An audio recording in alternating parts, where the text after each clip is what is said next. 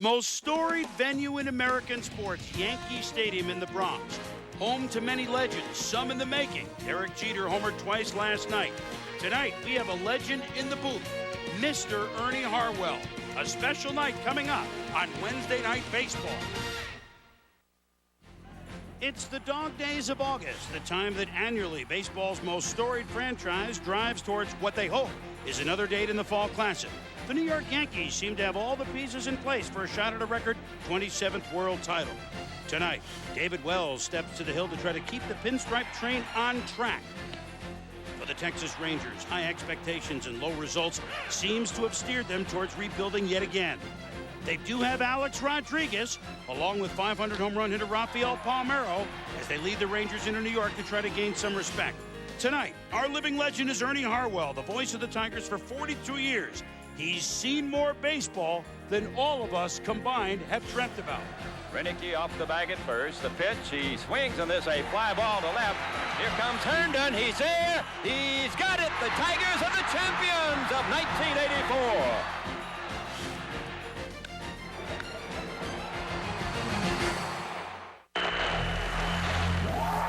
Here's the payoff pitch. This is it.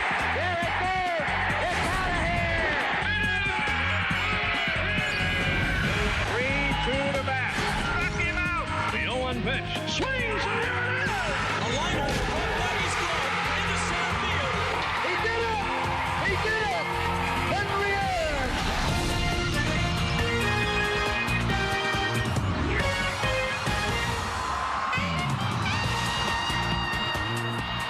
Welcome to the ball yard in the Bronx. It's as if the man upstairs knew something that this would be special. Rain about 5 o'clock this afternoon. You couldn't tell it now for the Yankees and the Rangers. The Yankees and Red Sox, you have that feel in the AL East. Going to be 6 months right to the finish. The Yanks begin the day 3.5 up on their neighbors to the north.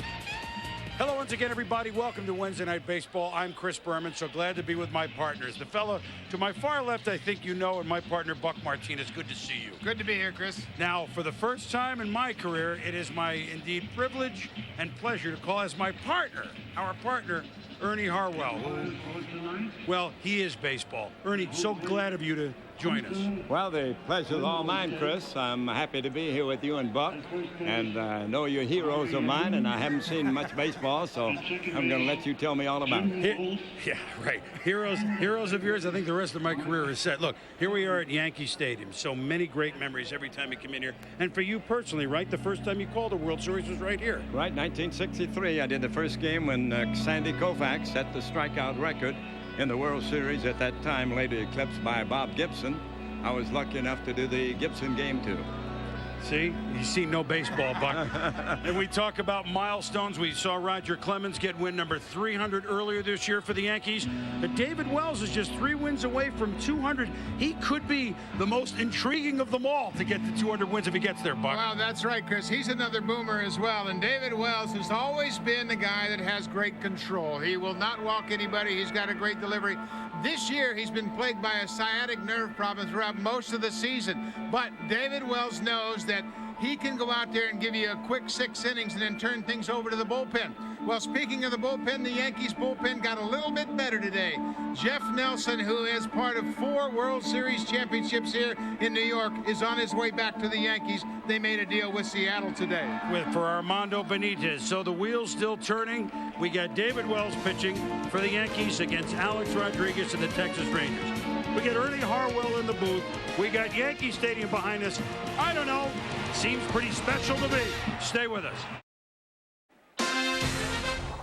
ESPN's Wednesday Night Baseball, brought to you by Adelphia Communications, Century 21, the official real estate organization of Major League Baseball, and McDonald's.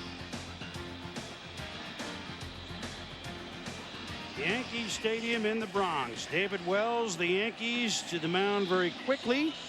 Chris Berman, Buck Martinez, and Ernie Harwell tonight in our Legends of the Game series. And a couple of names omitted by our one-time partner, Buck Showalter. I had to call him out for it, guys. He has his nice second baseman, Michael Young, in there. And, of course, A-Rod is at short, but no Palmeiro, who has struggled against David Wells, and no All-Star game hero, Hank Blaylock. So we'll get a look at some of the Texas Rangers of the future. Well, Hank Blaylock is doing so well, but they don't want to match him up against David Wells tonight. And David Wells is 13-3 on the season. He has started 20 games. He actually made a relief appearance, won that game, coming in late in the game, pitching 5 2/3 as a reliever. But you can see his hit total up this year. His walks down as always, over 6 walks, 6 strikeouts to walks. Fastball, cutter, great curveball, and a changeup. And David Wells has been bothered by a sciatic nerve problem. We're underway in the Bronx, and a nice play by the new Yankee third baseman, Aaron Boone, across to Nick Johnson, and in his second game ever in Yankee Stadium. His second game playing, never played interleague.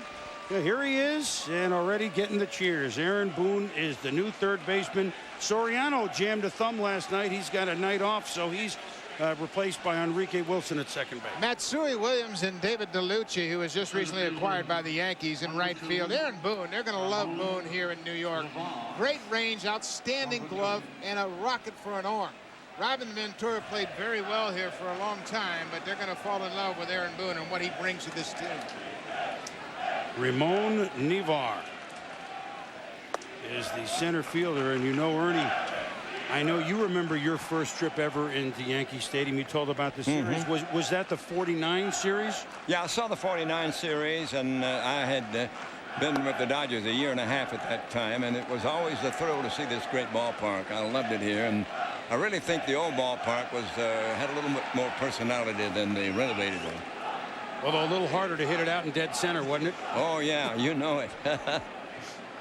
Well, the reason I ask you is because Aaron Boone, now he said the only time I was ever in this park was to watch my brother, Brett, when he was with the Braves, 99 series against the Yankees. I never played here.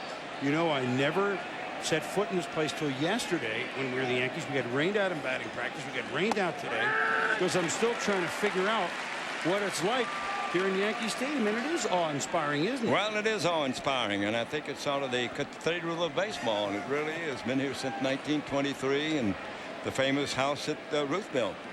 I thought you built it. Oh, no, Babe did it.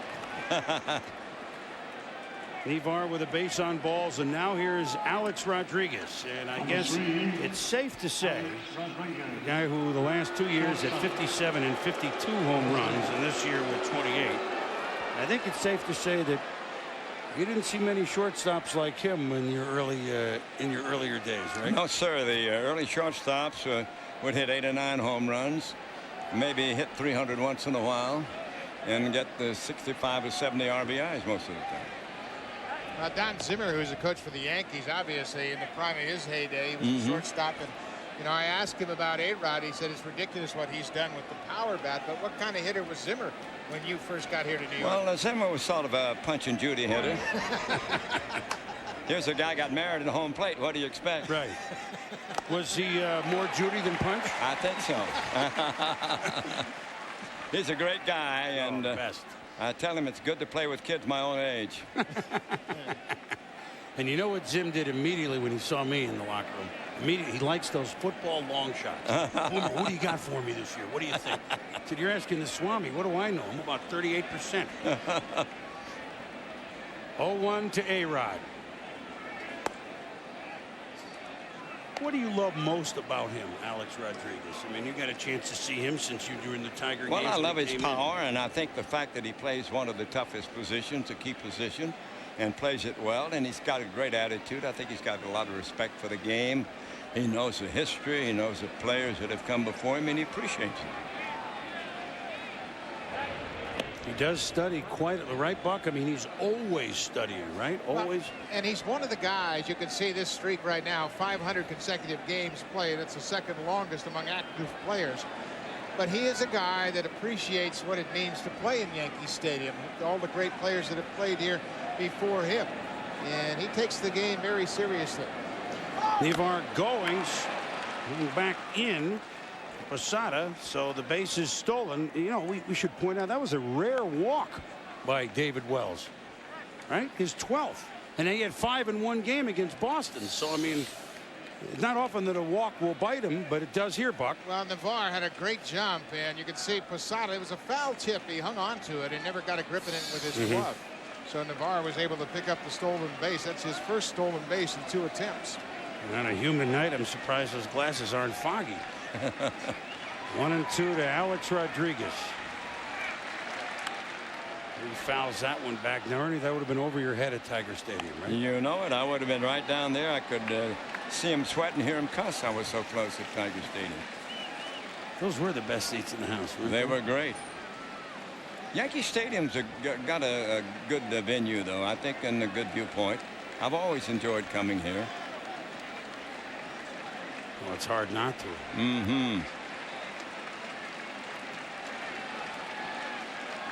1-2 again. Up and in. Navarre bluffing like he was going to go to third. Maybe bothered Wells a little bit. I mean, seeing David Wells even get the 2 balls this year is interesting. Well, he has been bothered by his back, and I talked to him just before the game today, and he said, you know, my back has really bothered me all year long, and I've just been able to pitch through it. But you can see that he doesn't have the command that he normally has, and even his pickoff move to first base was somewhat very labored. Off-speed pitch hit deep to right. DeLucci goes back but grabs it at the edge of the track. Navarre tags and goes to third, and there are 2 down. And that'll bring up the one-time Yankee phenom, and he was one against these Texas Rangers in the postseason, Shane Spencer. I mean, all of a sudden, he's going to be the next. And as soon as you say in Yankee Stadium, Ernie and Buck, he's going to be the next anybody, it's trouble, right? Yeah, right. You're in deep trouble when you say that. Now, he came up in the month of September that year and hit 10 home runs, and then went right into the postseason and had a great postseason against this Texas ball club. The big home run in the rain to close out the 3-0 sweep. Here's a strike to Spencer. I mean, he's the next great. Well, you don't want to get these into the picture, right? You got to prepare the garden for those guys. We don't even say dim. Don't even say it. Shot right at Enrique Wilson. And so the runner is stranded at third. Spencer gone. The Yankees coming up. And we return with Ernie Harwell in a moment. Nothing doing for the Rangers in the top of the first. And now come the New York Yankees. Beat the Texas Rangers last night 6-2 to snap the Rangers' 5-game winning streak, and they did it because Derek Jeter hit 2 of the 4 Yankee home runs. He's in the leadoff spot, and the guy that hit another home run, he and Jason Giambi in this lineup have been really pounding. They need to get Bernie Williams going in the number 2 slot these days in center field. And the best pitcher of Jeter fouls this one. Teixeira will look, but that'll be out of play. The best pitcher that the Rangers have had this year in a season in which a team ERA is about 6 has been this man, John Thompson, Buck. Well, he has made some adjustments in his delivery, and he's winding up over his head again. He's brought a curveball into the mix, and it's a different pitcher now under the guidance of Oral Hershiser that the Yankees are facing. He shut them out on 3 hits here back in May. He throws a fastball, a slider, a very good curveball that's really added to his arsenal, and a split finger pitch.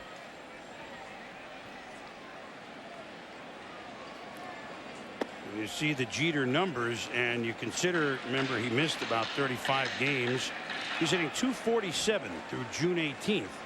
So the fact that he's at .326 and climbing ought to tell you that he is blazing hot, hotter than the weather's been in much of the country here the last month.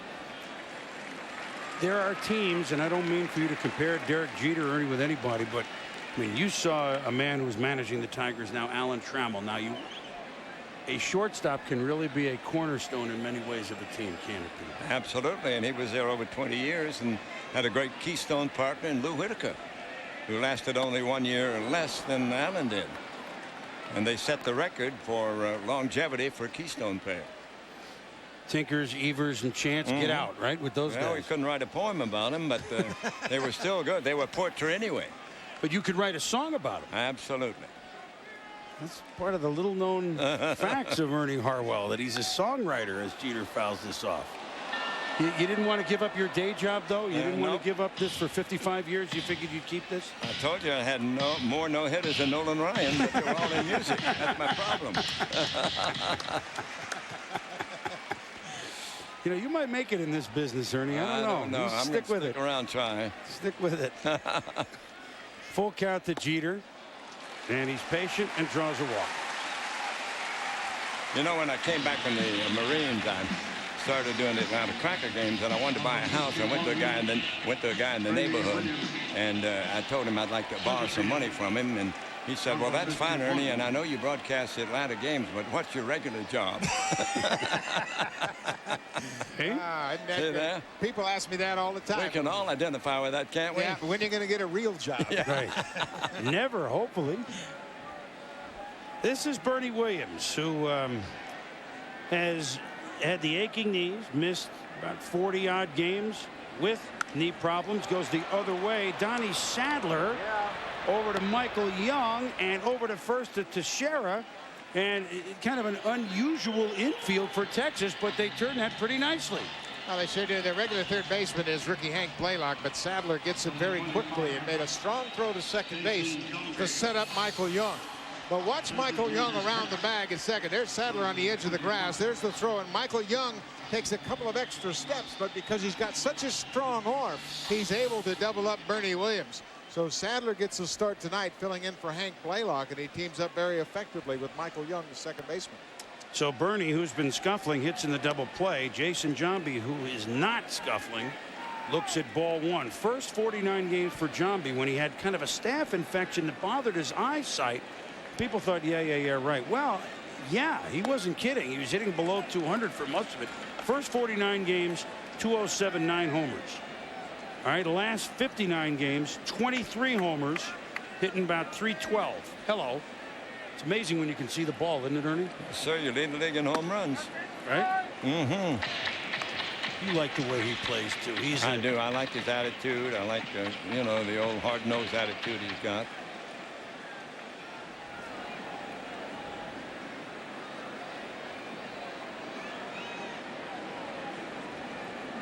.30 pitch. Ernie, you've seen so many players over the years get off to a slow start like Giambi. Did you ever have a guideline about a seasoned veteran like Giambi as far as when he is going to turn things around if he did happen to get off to a slow start? You have to get him almost mid-season, I think. You know, people always say don't judge a guy what he does in September. If you're watching pitching, don't judge a guy until you see him in 4 or 5 starts. And I think you've got to be patient because it's not just a one-time thing.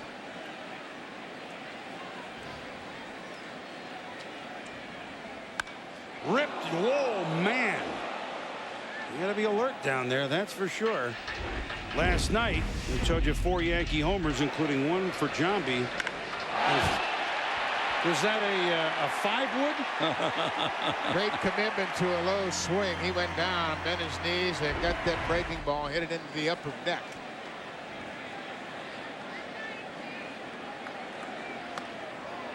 Inside, so the second walk of the inning by Thompson. Giambi aboard with 2 out.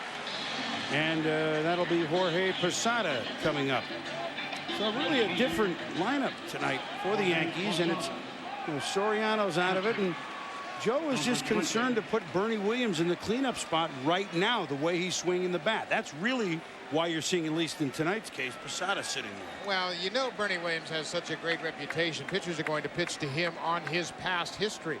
But you put him in the 2 spot behind Jeter in front of Giambi, you would expect that he's going to have an opportunity to get his stroke together. And you don't hit him in that cleanup spot. Posada fouls this one back. I know, Ernie, you had a chance yesterday, and we're going to see some of your tour yesterday, but as many times as you've been in Monument Park, it never gets old, does it? It's a great thrill to go out there and see those greats that are honored there with the monuments. We used to see the monuments in the playing field, but now they've got that beautiful garden that they've planned, and it's a magnificent sight, really is. Did you ever see a ball carom off a monument? Oh yeah, yeah, hit very deep, and it could happen. Guys would run through the monuments to chase down a drive sometimes. I remember one time I saw Carl Yastrzemski hit it was what, 463 to dead center. The monument's there for be about 458. Yeah. Saw someone leaning on the monument and caught a fly ball by Yastrzemski. You're out. He was not very happy. I can imagine. Carl could be that way. Yep. Well, Thompson bounces back. It's a double play and then strikes out Posada. Ernie will reminisce about one of the most popular Yankees ever, the Mick. When we back in New York, the first pitch for David Wells to Mark Teixeira, the first baseman, is ripped to left center field for a base hit. So the first hit by either team tonight comes from the youngster Teixeira. Hey, they can hit now. The Rangers they're in last place again, but it's not because they can't hit. And some of the guys that do the hitting aren't the household names yet. So he's on. And a young man, you're reading Thames, but it's Marcus Timms. Now, that's Mickey Rivers in London. I was going to. That's great. Well, it's the Thames if you're in London. Yeah. If you're in New London, Connecticut, it's the Thames River. Oh, it is. But if you play for the Texas Rangers, it's Timms. Timms, you got it. Mickey Rivers in London. You know. Yeah, I'm telling you. I think the songwriting's coming back. Well, and then speaking of Mickey, another Mick afterwards. And look, you saw Mickey Mantle just about his entire career. Yeah. People forget when he came in, he was fast, huh? He could get down at the first base faster than any other player, I think. And he could bunt and he could field. He could do everything. This is tailor-made. Jeter, Wilson, Johnson, Timms has hit into a double play, so they're 2 out and Jason Jones coming up. Well, everybody loved Mickey Mantle, and Ernie went out and visited the monuments yesterday and certainly brought back a lot of memories. Mickey Mantle was one of the great ball players of all time, no question about that, and I was lucky to see him hit a home run, number 535 at Tiger Stadium in Detroit in 1968 when Denny McClain grooved the ball for him. The catcher Jim Price told him that he was going to let him hit a home run. Mickey didn't believe it. He took a strike. Then he hit the next one in the seats in right field, and he rounded the bases and tipped his hat to Mr. Denny McClain. Well, the significance of that home run already passed Jimmy Fox. That's right. And he hit one more in his whole career, I think, after that. Well, and that was one of those when that was McClain's magical season, too, right? And it was everybody in baseball rooted for Mickey Mantle. Little postscript to that, too. Joe Pepitone was up next. And he said to Price, he said, have him do it for me. McClain knocked him down. Knocked his wig off. Yeah, Joe did. What you wish for. Joe did wear the Beatle wig, didn't he? Yeah, right. Ooh, that's the same seat. Are they trying to tell that fan, whoever's sitting in that seat, that that's the lucky ticket tonight? Goodness. But Mantle hit some titanic blasts, obviously, in this stadium, the old park. I'm sure you saw him hit Tiger Stadium. There one or two come to my right. He was on the roof, wasn't he? Yeah, over the roof, right. Didn't he hit one over the roof in left field? As a right-hander? No, not in left. Right No, but I saw him hit a single in the center field bleachers. How about that? You believe that? In Yankee Stadium, he singled into the center field bleachers. All right, no. I'll tell you about it in a minute. Well, we need a foul ball here. Yeah. Oh, boy. Little blooper. Well, not a blooper, but Bernie running to left center. Well, we'll come back with that. A single into the center field bleachers.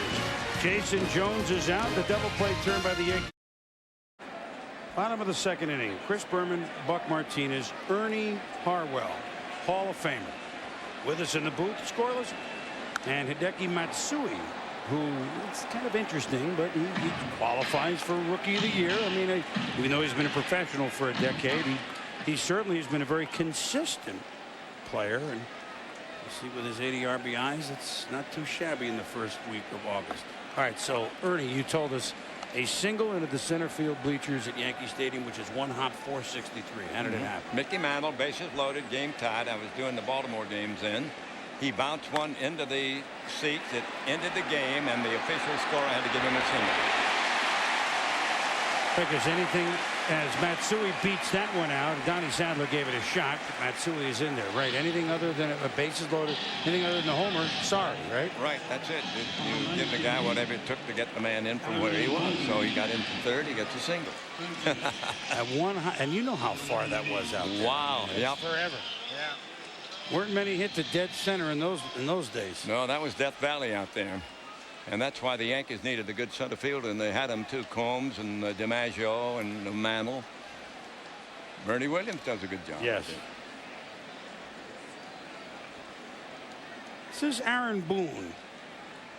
So again, we set up the story. Here's Aaron, traded over last week from the Cincinnati Reds a couple of days after his dad, Bob Boone, got fired as manager of the Reds. Aaron left a couple days later. He actually said he talked to his brother Brett. And he said, I guess we're going to be seeing each other a little quicker than we thought. Seattle's next in. Oh, yeah. So, they figured, well, they get together after the season's over. Not quite the case. They may be seeing each other quite a bit in October. Well, this is an interesting trade for New York. They had to give up one of their top left-handed pitching prospects in Brandon Clausen, but I think everybody here is going to be pleased with Aaron Boone. You saw his grandfather play, I'm sure. Oh, absolutely. Yes, sir. Ray Good ball Boone. player, Ray. And then, of course, his dad, the catcher. Member of your fraternity, Buck. Yeah, Bob, of course, was an all-star catcher, Gold Glove winner. Saw Ray at the All-Star game, Ernie and Buck. He was like a proud.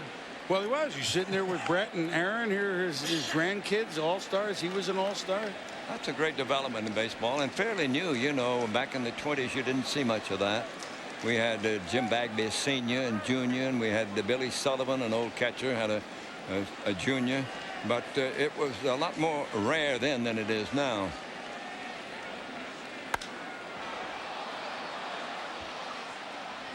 Navarre coming on in center. And he makes the catch, and Aaron Boone has popped out. Well, a contemporary of Mickey Mantle's, and maybe one of the most underrated ball players of all time, because Al Kaline and Ernie certainly saw him plenty. He swung on. There's a long belt by Kaline. This one is gone. Out of here. 5-0 Tigers. Kaline hits home run number 9.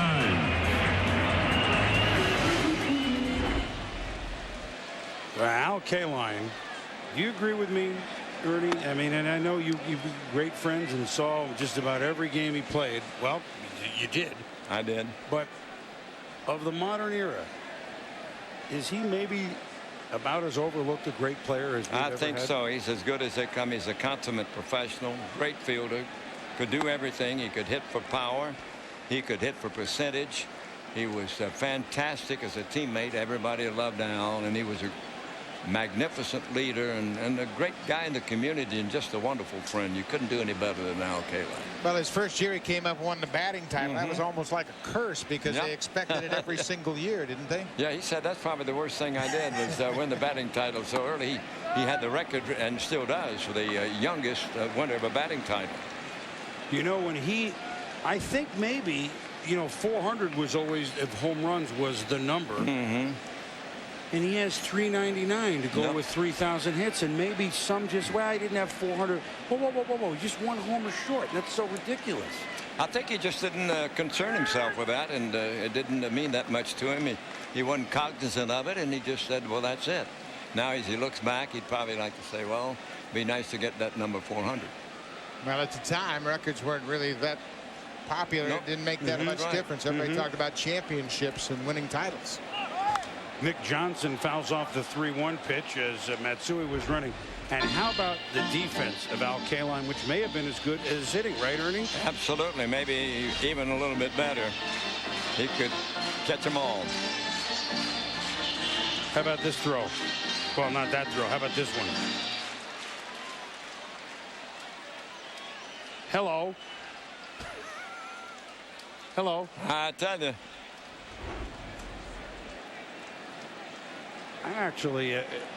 I remember in the old stadium with the count 3-2 to Johnson. So we'll get to that in a moment because Matsui will be digging again. Scoreless game. Bottom of the second. There he goes. Oh man! There's some heat going into the seats.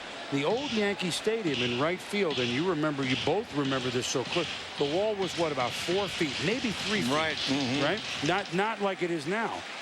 Kaline and Frank Robinson, the two of them, visitors, would routinely go in, and as long as you weren't sitting in the seats and batted a ball back, if you were in mid-jump, you could bat it back on the field and save a home run. I'm sure you saw that, right? And a lot of times the fans out there would grab the right fielder, you know, by the back of his shirt and pull him back or do something like that. So it was in New York? Yeah, you believe that? Quite well, they didn't do that to Maris, did they? And Kaline went in there routinely, and Frank did as well. Oh, yeah. It was very low, a little wire fence out there. It was about 3.5, 4 feet tall. And balls would bounce in there routinely. Line drives, just a couple of hops right out of the ballpark. The walk to Johnson brings up David DeLucci, who came over when they dealt the disgruntled Raul Mondesi to Arizona very quickly, about 2 days after he was pinch hit for and left the clubhouse before the game was over, being annoyed. That was on Sunday night in Boston. On Tuesday, he left.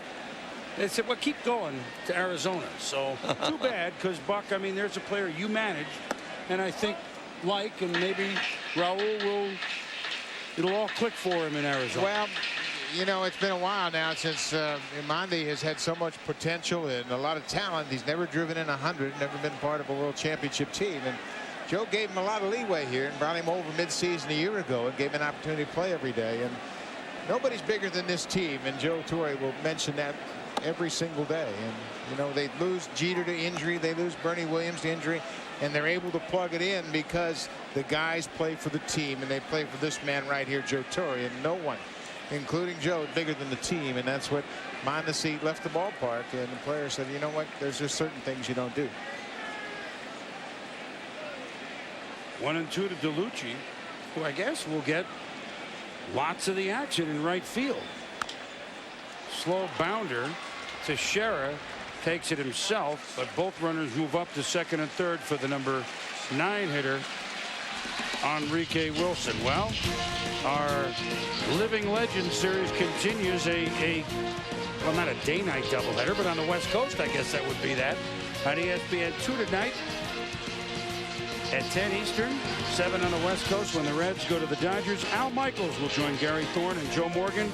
Al, for years, called the Cincinnati Reds games. I know he's looking forward to having Joe Nuxhall and Marty Brennaman around when he does it. It's a fitting game for him. Lives out in L.A. and their area, and here come the Reds. And so Al will be on tonight on ESPN2.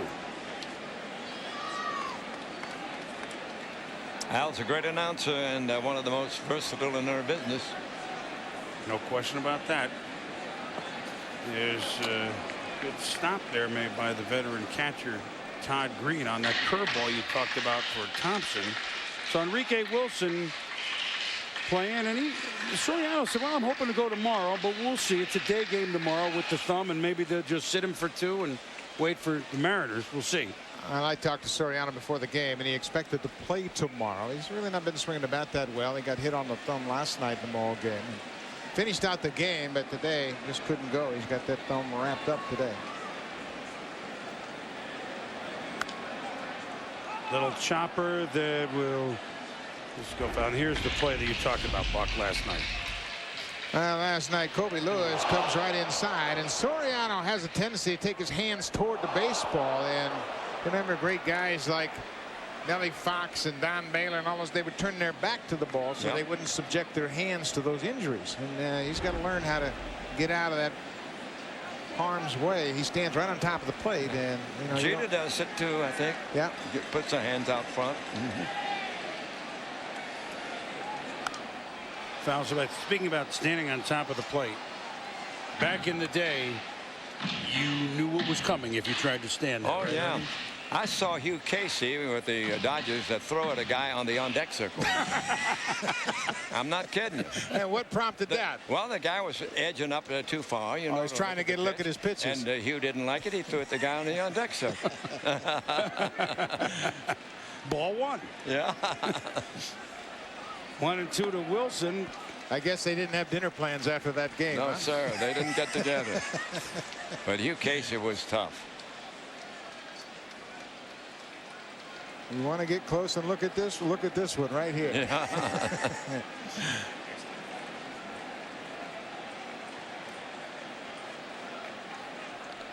Oh, this ball scoots away from Green, and as a result, the first run will score. Curveball that kept going. Green did his best to block it. It went away from him, and Matsui scores. Johnson, a third 1-0 Yankees. It's one way to do it. And Buck Showalter looks like he might be going to argue that that ball hit Enrique Wilson, and had it hit him, it would have been a dead ball, obviously. Todd Green had a couple of tough chances on this curveball in the dirt. That time he couldn't smother it. Take a look at this breaking pitch in the dirt. It's down towards Wilson's feet, and indeed it hit him on the toe. You know what? And Buck saw that. He came out of the dugout. It's a dead ball as soon as it hits that player. It hit him on top of his shoe. You can see how he reacted right there. That was what Showalter saw in the dugout. So Showalter's coming out here. Now Wendelstedt, he got hit with the ball as it bounced off of Wilson. So he's thinking about watching the guy come home, getting out of Green's way, and his hand. Now watch the ball hit his toe. It goes past Green and hits Wendelstedt on the left hand. So now Wendelstedt's got all kinds of things going on. Well, where's the shoe polish, Ernie, when you need it, right? Well, Nippy Jones. Calling for it at third is Sadler. So Thompson eventually gets out. And speaking of Thompson, there was another one that played here over a half-century ago in New York. Chris Berman, Buck Martinez, and Ernie Harwell tonight in Yankee Stadium. Hear Ernie call a few innings coming up, so we can leave it to the professionals, get the amateurs like me out of here. This is Staff Sergeant Donnie Sadler, the one-time Red Sox. Sadler, Green, and then the top of the order, Michael Young against David Wells, who on 197 wins is trying to become the 100th pitcher to get to 200 wins. That's a pretty exclusive club. 100 guys, 99 right now with 200 wins. A lot of very good pitchers, Ernie, you Buck saw through the years, didn't get 200 wins. Guys, you'd be surprised, right? Yep. Sadler hits this one well, but it's just foul. Well, when David Wells came up first in his career with the Toronto Blue Jays, he worked out of that bullpen when the Blue Jays were in their heyday, and then he moved into a starting spot. And I think the thing that separates David Wells from a lot of pitchers is that he can repeat his delivery. And there's the active win leader list. Roger Clemens at 304, Maddox, Glavine, Johnson, and then there's David Wells. Pretty good list. Yep. Kevin Brown and Mike Mussina round out that list. So those are top pitchers. Right. If Mussina now, it would take some to win 7, you know, to the rest of the year. But you imagine the Yankees might this year have Clemens win 300, Wells and Mussina win 200 on the same staff in the same year. Pretty good round figures. Not bad. David's got a pretty good round figure. Well, we boomers are that way, you know. I tell you. Well, you had a guy like that in Detroit as well, too, right? Mr. Mickey Lolich. Mickey Lolich pitched pretty well like that. I tell you, he was the guy's best friend because he had that physique, you know, that was just an ordinary physique. And then he had the great World Series. He was the hero of the World Series in '68. Won 3 games. I mean, you talk about clutch pitching, right? I mean, that was it. He said, I mean, he was a legend for the rest of his career, right? When you face Bob Gibson in the 7th and deciding game, you've got a pretty daunting assignment, I'd say, wouldn't you? Well, except that he was undaunted. He was undaunted. And pitch what? Pitch game 5 and 7, right? Had a key hit in the 5th game. Had a home run in the 2nd game. The only in his little league, high school, junior high, any kind of career. The only home run he ever hit. Yeah. Wow. He was a lot like David Wells. He could throw a strike just about at will, and he had a great breaking ball. And he'd pitched 370 innings a season.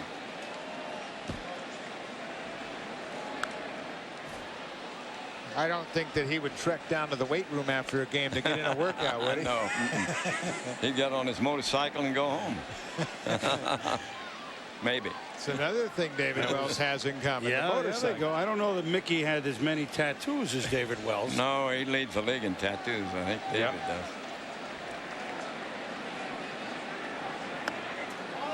You know, David, since he's been on the subject, as a Yankee, now his second stint in New York, 2 years before and then come back. 4 years as a Yankee, and we're not done with 4. 65 and 24 here for New York. Pretty good. Just foul. Well, he wears that number 33 in honor of Babe Ruth. He wanted to wear 3, obviously, but David just that's been retired a while. But he wears number 33 and actually had a Babe Ruth hat that he wore in a game out here one day. So he is really into the history of what it means to pitch on this field. 11th pitch to Sadler in play. Aaron Boone, Nick Johnson, and there is one out in the studio tonight. Keeping an eye on the action, Pam Ward and Rob Dibbles. Guys. Boomer, TGI Fridays update, and Joel Pinheiro had gone 20 innings without giving up a run, but Coco Crisp changes it. Yeah, Coco Crisp, only the 10th home run in 151 innings given up by Pinheiro on the season. He's given up 6 earned runs so far. Hey, Boomer, I wasn't born until 64, and you're talking about that home run Bobby Thompson hit? I really haven't seen it. Could you show it to us? I thought you gave it up, Dibs. No, I'm not that old. How about Coco Crisp? You think we ever had that? Poured that in a bowl with some milk? I tell you, that's a beauty. Well, we talked about when Ernie, you first came to New York as an announcer for the Dodgers in a couple of seasons in '48, right? And then moved to the New York Giants. So already you were the enemy, right? Mm-hmm. Now very quickly is long throw for Boone to the catcher. Todd Green is out. But you were over announcing the Giants on TV for this. Game 3 playoffs. Miracle at Coogan's Bluff.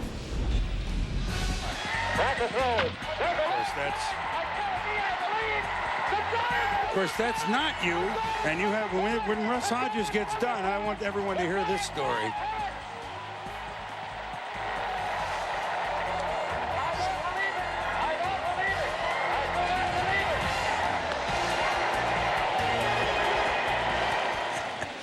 And that was on radio, and you were on TV. I was on NBC TV. We alternated between radio and TV, and it was my turn on TV, and Russ made a great call, and only Miss Harwell and I heard mine, I think. TV in '51, huh? I mean, yeah. Coast to coast. It was the first sports series ever telecast, coast to coast, and it was a big thrill for me, and I really think Russ did a magnificent job on his radio call. Yeah, but I mean, how about that whole moment, that whole scene with the Giants and their comeback? Fantastic. Then we went to the clubhouse. We did interviews in the clubhouse. DeRocha, Willie Mays, the Dodgers came over.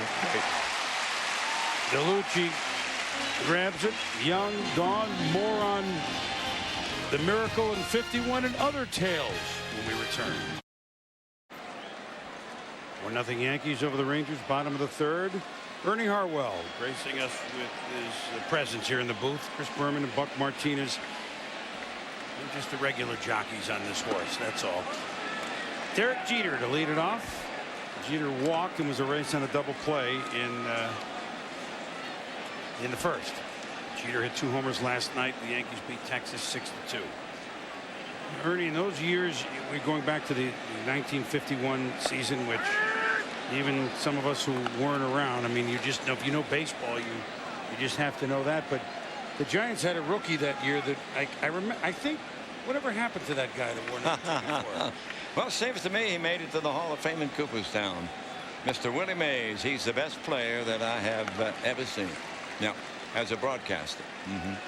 What kind of an impact did he have that first year when he came up and joined the Giants? Well, he had a good one. He had a slow start, Buck. He went 1 for the first 26, and then had a home run off Warren Spahn back at the Polo Grounds, and then he caught fire and became the Rookie of the Year. Young grabs that one, and Jeter is gone. Bernie Williams is up. Until this is not an easy call here, Ernie. Best it's all a matter of opinion, but I think those guys could stand up against almost anybody.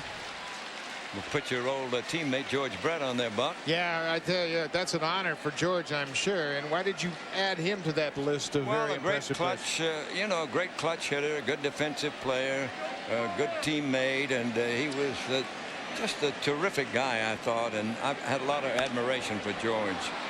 And I love those playoff games that Buck was in here at Yankee Stadium and back in Kansas City. I still remember that picture in Kansas City of Freddie Patek crying in the dugout. That was 77. What a guy. Yeah.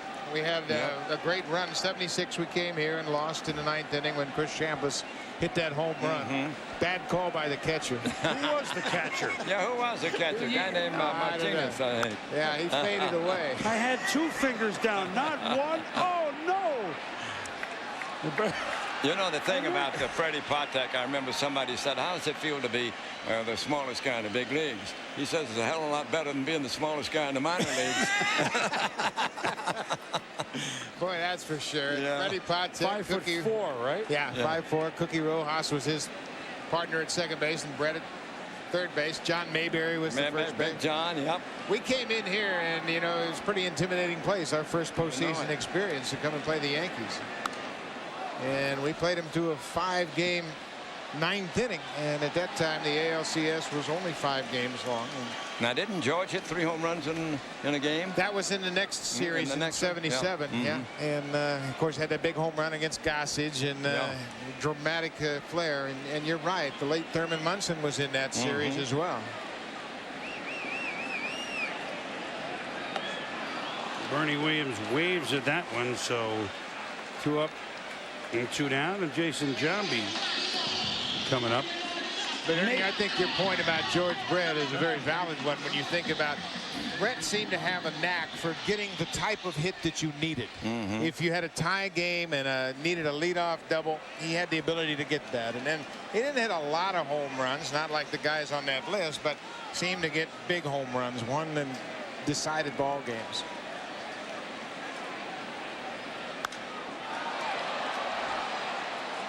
Shane Spencer with a long run in left. Whoa, almost runs past it. Makes the grab, and when we return, we're going to hear what the tones that have thrilled folks for over half a century. Now the set by Gibson. We're ready.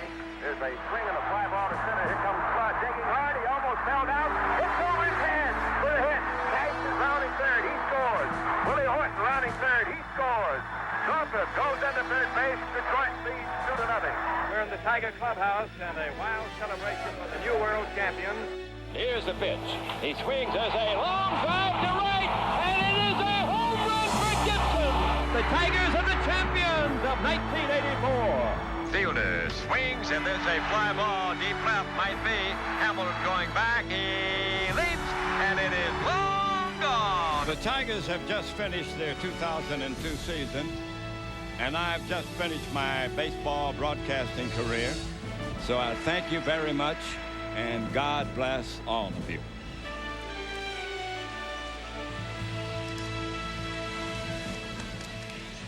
Well, we're not letting you retire that easily, okay? All right, let's go get them. You ready to roll? I'm ready to roll. The Yankees in the lead, 1-0 in the 4th inning here at Yankee Stadium over Texas.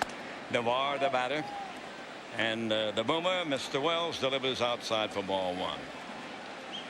Yankees scored in the 2nd on a single by Matsui, a walk, and then a wild pitch. That's the difference in the game. Strike called, 1-1. Well, David was telling me that he throws a very light ball, Buck. I was surprised at that. He says that Clemens throws a very heavy one. Wow, line shot, glove by Boone. There's that good glove for Aaron Boone, and is 1 away.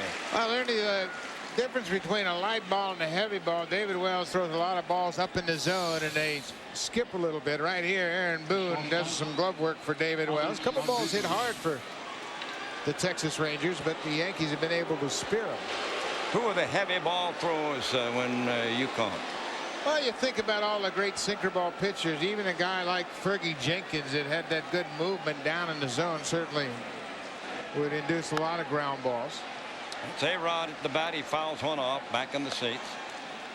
Well, Mickey Lolich threw a very heavy ball. Denny McClain was just the opposite. He had a light little that's the same up in the letters. The same type of fastball David Wells throws. That's right. Well, you had a chance to see David Wells on a regular basis there in Detroit. Absolutely, yeah. He's one of my favorites.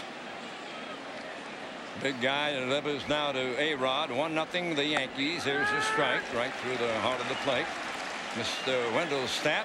That's Hunter. His dad, of course, a longtime umpire. Together they conduct an umpiring school. Larry Young, Jim Wolf, and Mike Everett making up the team. Foul out of play, back upstairs.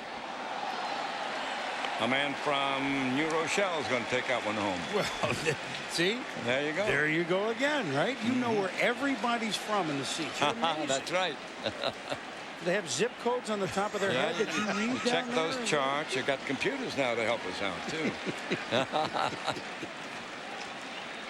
56 years in counting of knowing where everyone's from. Somebody asked me how I knew the town sometime. I said, well, it's like that guy talked to Casey Stengel. He said he could do everything. And Casey said, well, don't you have a little weakness? He said, well, I do lie a little.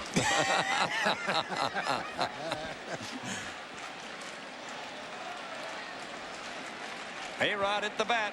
1 ball, 2 strikes. Fly ball hit the left. Matsui takes care of this one. I got a question for you, Ernie.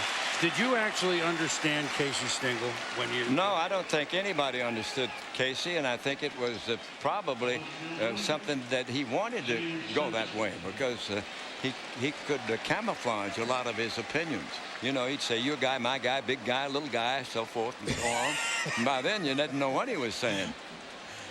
Then when they had the congressional hearing, you know, he made his statement, and somebody asked Mantle. He said, "Well, I believe what Casey said." Whatever Casey said. Right, Mantle, right? Yeah, that's what I agree with Casey.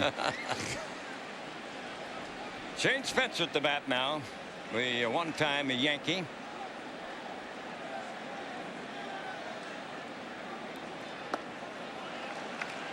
Ernie, David Wells talks about Sparky Anderson's influence on him when he pitched for Sparky there in Detroit. And you, of course, got to know Sparky very well. What did he bring to a team as far as the managing skills that he had? Well, I think he brought respect from his players, number one, and they knew that he knew what he was doing. They had respect for him, and he had pretty strict rules. If you didn't do it his way, it was a highway, as Sparky said. And he kept a pretty tight clubhouse, and yet the guys have policed themselves too, which I think is the ideal situation. Great manager, great friend, Sparky. You guys did a lot of walking, didn't you? Yeah, we walked almost every day, and Sparky had to have a sounding board, and you know, he had a lot of ideas, and I listened to him, and maybe I learned a little bit. I know he didn't learn anything from me. Well, that's no, I'm sure he did. That's why he was telling you all these things to see what you thought. 2 out, nobody on. The Yankees in the lead, 1-0 in the 4th. Texas Rangers at bat. Spencer had a key time at bat last night. Clemens had the bases loaded, nobody out. Got out of it, and he got Spencer. That was the big out. And then he got out unscathed, and from then on, I think the game stayed the Yankees' way.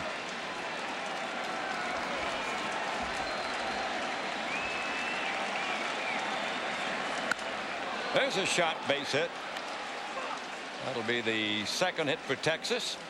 And here comes the man who got the first one. Teixeira, young man from Georgia Tech.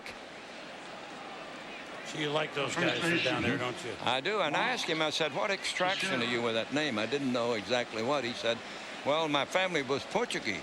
And he went to Georgia Tech. He did not play football, but he was an All-American baseball player. He's a switch hitter. I guess Texas Bucks are trying to build with some young guys, aren't they? Fill in with pretty good hitters. Well, they sure are. Mark Teixeira, just 22 years old, and you can see he was the 5th overall pick. Buck Showalter has Teixeira, 22, Blaylock, 22. Then he's got Michael Young, who's a little bit older at second base, and A-Rod, certainly the most seasoned of those young infielders. But they have a pretty good nucleus, and obviously everybody knows and the pitching problems. Blaylock with that big pinch hit home run in the All-Star game this year. But they've got some good guys to build around, and they have to go out now and develop some pitchers and add to their rotation with some free agent signings. 2 out, a man on. The Yanks in the lead. Texas batting in the 4th inning here at Yankee Stadium. David Wells. Liv is inside. I was hoping to see Blaylock play. I had heard he was pretty good and hard-nosed player. heard a story that the guy at Texas said, what kind of song do you want us to play when you come to bat? And he said, I didn't come here to dance. I'm a hitter. I don't need any song. I like that. You gotta like those guys. Yeah. Yes. Forget about that party song. I want to hit the ball. He's all baseball, isn't he? Well, he will always be remembered. He may have changed history with his home run, right? Absolutely. That was a beauty. I mean, just affecting the home field of the World Series and everything. And who knows? It might that might be an all-star home run that 20, 30 years from now you bring up. I think so. 1-2 the count. Share at the bat. 1-0 Yankees. 2 out, a man on for Texas.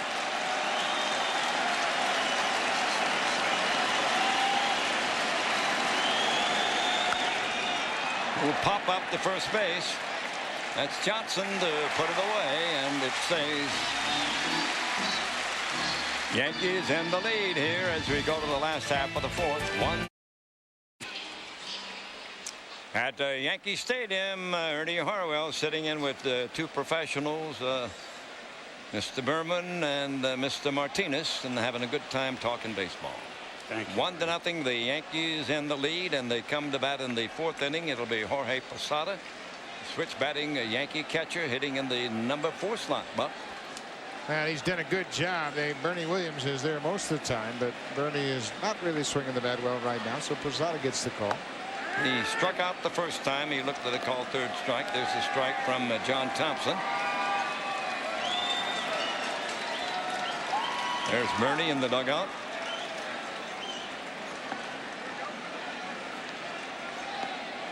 Yankee Stadium, a great place. We talked about it today. The great manager of the New York Giants kicked the Yankees out of the Polo Grounds. They built the ballpark in 1923. He made them, when the Giants played the Yanks in the World Series, he made them take cabs to the ballpark. He wouldn't let them dress here. Base hit for Posada. Now let's go back to Pam and Rob. Thank you, Ernie. Yankee fans want to know about the Red Sox. Pedro Martinez has 5 strikeouts so far. Best pitcher in baseball, Dibs? Absolutely. This guy, when he's on, Pam, he throws every pitch from the same release point. Right now he's throwing changeup 79, fastballs 95. Red Sox with a 2-0 lead, Ernie Hartwell. Well, we thank you. Matsui at the bat. What did I tell you today? They used every reliever last night, knowing they had Pedro tonight. They even used me last night. Man on, nobody down, 1-0 Yanks. They're batting in the 4th inning. And the Ranger pitcher Thompson gets a strike over, get that first strike in.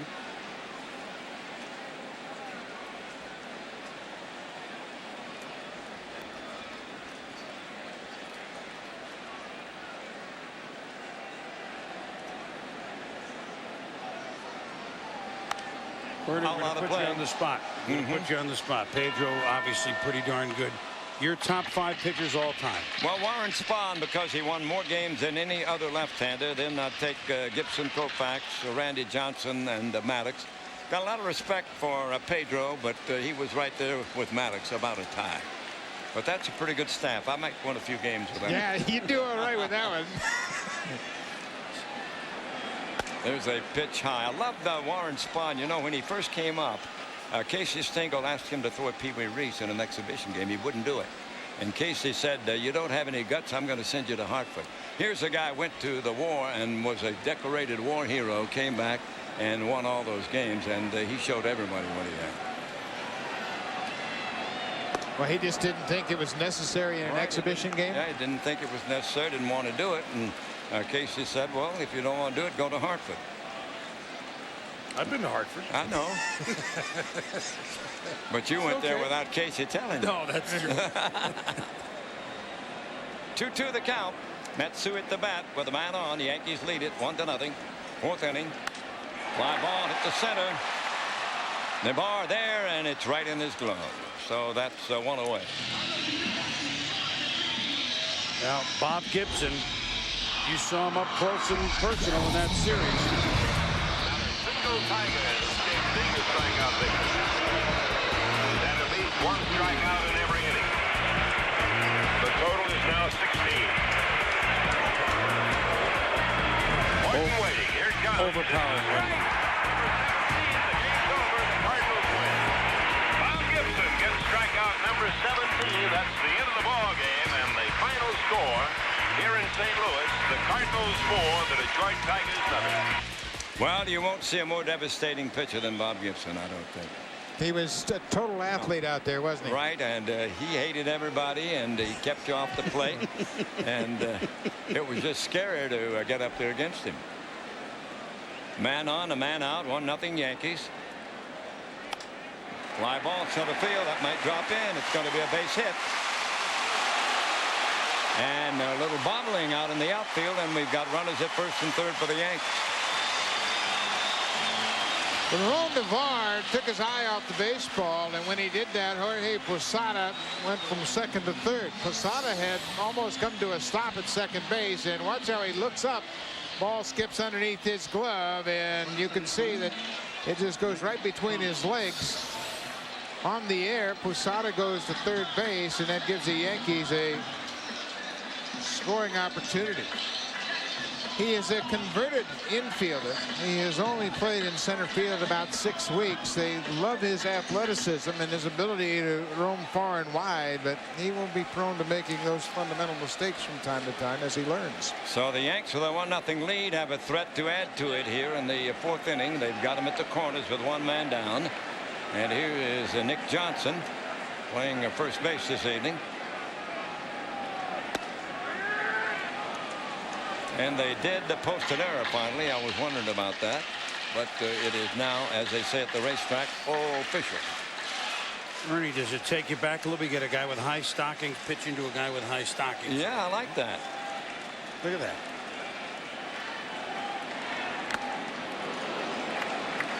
The throwback stuff. Mm-hmm. They knew you were working for them.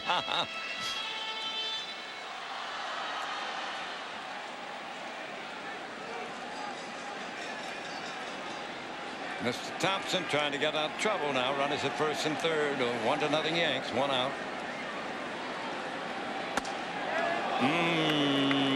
Pretty close.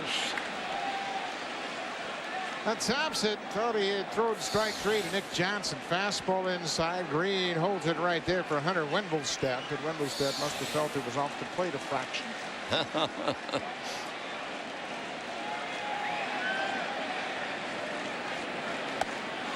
Got him.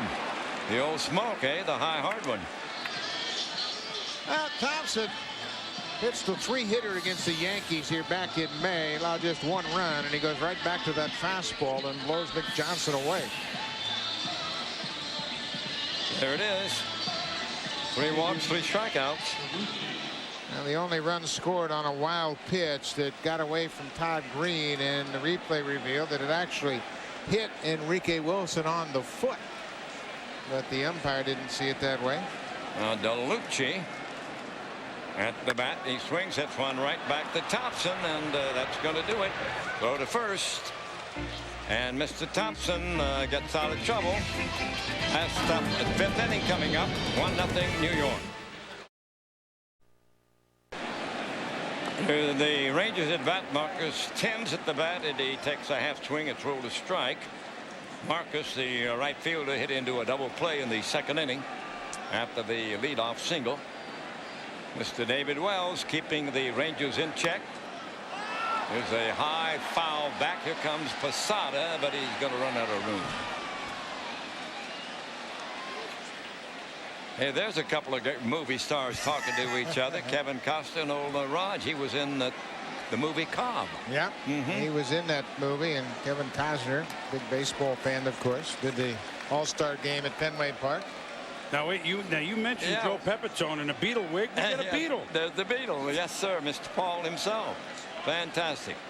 Senator Dodd from my state, Connecticut, right there. Here comes Posada back, and he won't get this one either. They knew you were here. See? You can run, but you cannot hide. You know, all this baseball stuff is stuff. I'm just more excited that you did some music with Mitch Ryder and the Detroit Wheels. What about that old Mitch? Yeah, I did Mitch, and B.J. Thomas did one of my songs. I appreciated that. Maybe McCartney. We can get him up here to do one. I tell you, that Beatles stuff is tops. Smash foul down past third. thinking about the managers of Texas. You know, Ted Williams is the first one. I remember when Ted, it'd be a hot day, July day game in Texas. He'd have that big jacket on, you know, to hide his tummy. Wow. He had a big windbreaker he wore all the time. Oh, yeah, that's all right. the time. Fergosi did it later, too. Yeah, he did. Yeah.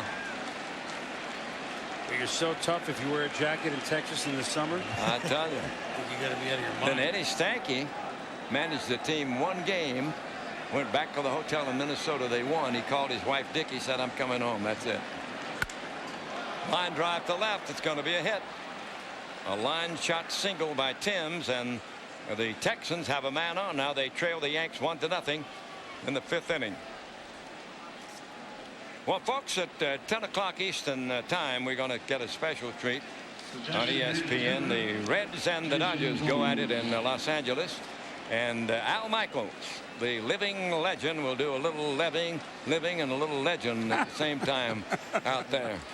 That's heavy duty to both be living and legending. Double duty. He's a beauty. Infield back in double play depth. And there's a good hard one for a strike on Jason Jones. What do we know about this guy, Buck? Jason came up through their minor league system. He's a switch hitter. He's got a little pop. We saw him at the AAA All-Star game down in Memphis over the All-Star break, and he had a long home run from the left side during that game.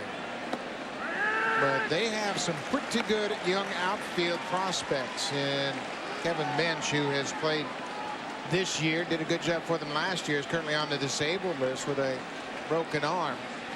And then Lance Nix, another young outfielder. So the Rangers have some pretty good position players now as they look to the future. Man on, nobody down, and the pitch is in close. And on to second will go Timms on that one. Well, Ernie, we talk about David Wells having such great control, but we also mentioned the fact he's been hampered by a sciatic nerve problem most of the year. And his command has not been great tonight. He was trying to come down and in with that pitch and threw it off the plate. Posada got a piece of it. It was scored a wild pitch. That's the 3rd wild pitch of the year charged to Wells, but that moves a tying run into scoring position. Well, that's Timms at second. Jones at the bat now here in the 5th inning. There's a drive hit the right. DeLucci after it, but it'll drift back into the seats. Well, another guy I knew that managed in that same year that Stanky managed a little bit, Connie Ryan. You remember Connie? Yeah, sure do. I saw a game in Boston, the Boston Braves, when I was doing the Dodgers, doing the Giants, and it was raining, and they wanted them to call the game, and Connie Ryan came out with a raincoat on. Out of the dugout, put a raincoat over his uniform. Boy, did he get the thumb in a hurry. Yeah. I don't think the sense of humor of the umpire, I don't think so. They didn't appreciate that. Trying to make a point that it was raining a little bit. Huh? That's the reverse Bowie Kuhn, right? Right. Sit outside with nothing on, right? Clearing up in New Jersey, right. Remember? Yeah. 2-2 count. There's a little looper, might get in, base hit. Coming around third and holding on now. Man on first, man on third. So the Rangers are beginning to range a little bit here, guys. Well, they sure are. A little jam shot by Jason Jones, flared into right field. And Marcus Timms goes first to third. Actually, he was at second base on the wild pitch, moves over to third base. Now the Rangers are trying to tie this game up here in the 5th inning. And we've got a guy at bat that we've seen around a little bit, Mr. Sadler. Yeah. Play everywhere. I mean, he's looking for a home. It probably won't be third base with Blaylock there. He's just there tonight. But came up a Red Sox system, can move, and really motor. Really, I'm still kind of waiting on him. Man on first, man on third, nobody down. This is the best threat that the Rangers have mounted here against David Wells of the Yanks. They're going to play the infield up a little bit in the middle there.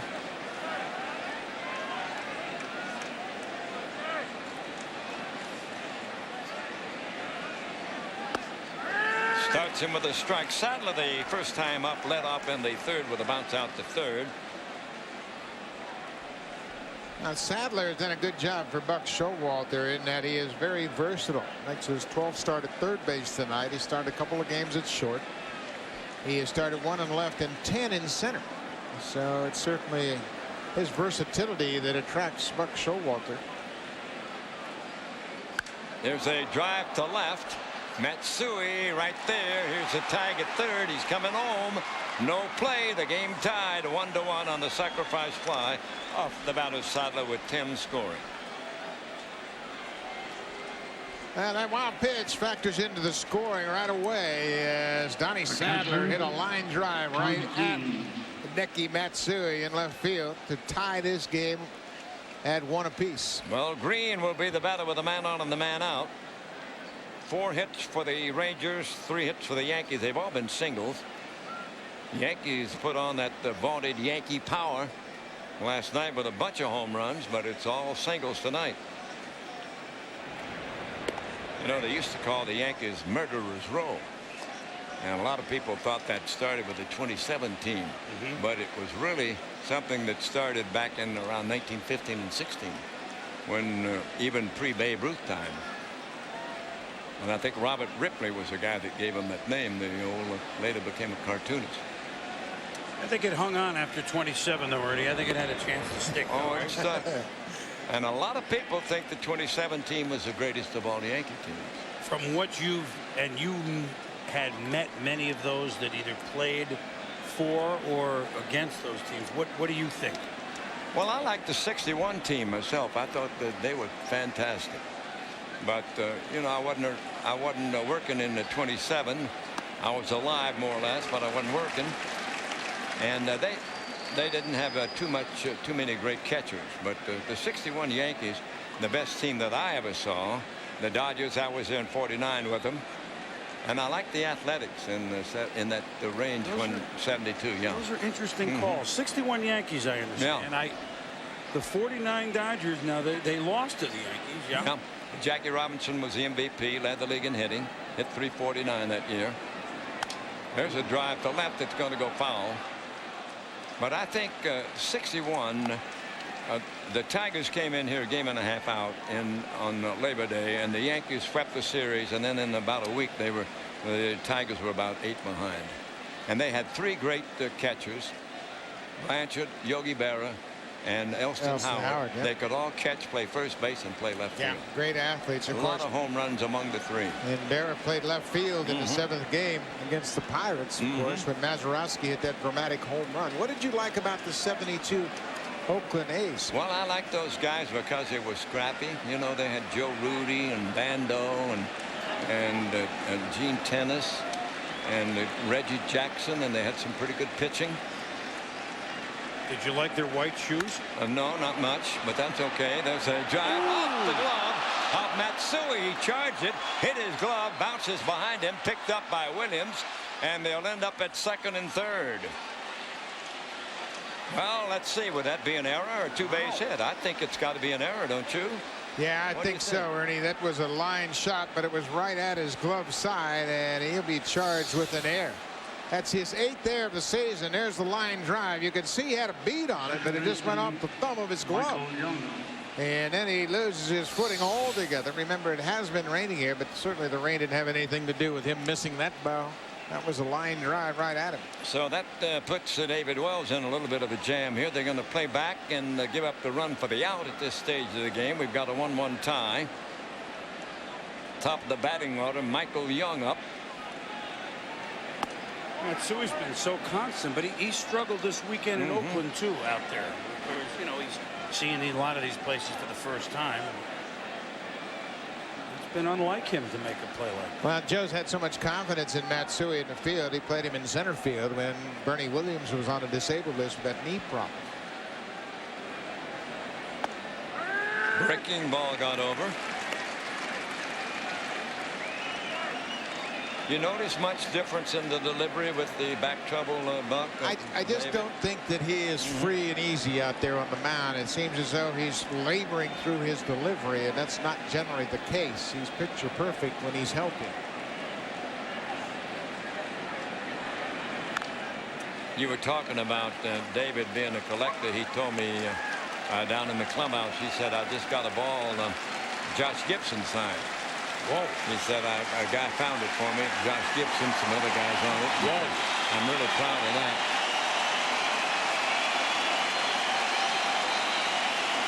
I don't think Josh signed it yesterday either. No, he didn't. Wow. Not unless David went a long way to get it. Upward, I hope. Wow. Josh Gibson baseball. I hadn't even thought about that. Second and third. The game tied 1-1. Flipped by Texas. Yeah. Even before the game, David Wells was having trouble getting loose, and that back was bothering him. And as I mentioned earlier, it had been a problem for him throughout this year. And from time to time, it'll really flare up on him, but he'll take the baseball and give you everything he's got. And that's why he's closing in on 200 career wins. 2-2 count on Michael Young now. Runners at second and third. One out. Ooh, got him. That's a big strikeout, Buck. Well, Ernie, it sure is, and it's in a good spot. Fastball down and away to a very good fastball hitter. And Posada sets up on the outside corner. David Wells delivers. Little sink on that fastball right at the end. He saved the first strikeout for a pretty propitious spot. Was that ball in the strike zone, you think, or not? I think so. Pretty close. Yeah, it was right at the knees. Might have moved just off the plate right at the end. Mon Navarre now at the bat. Runners at second and third.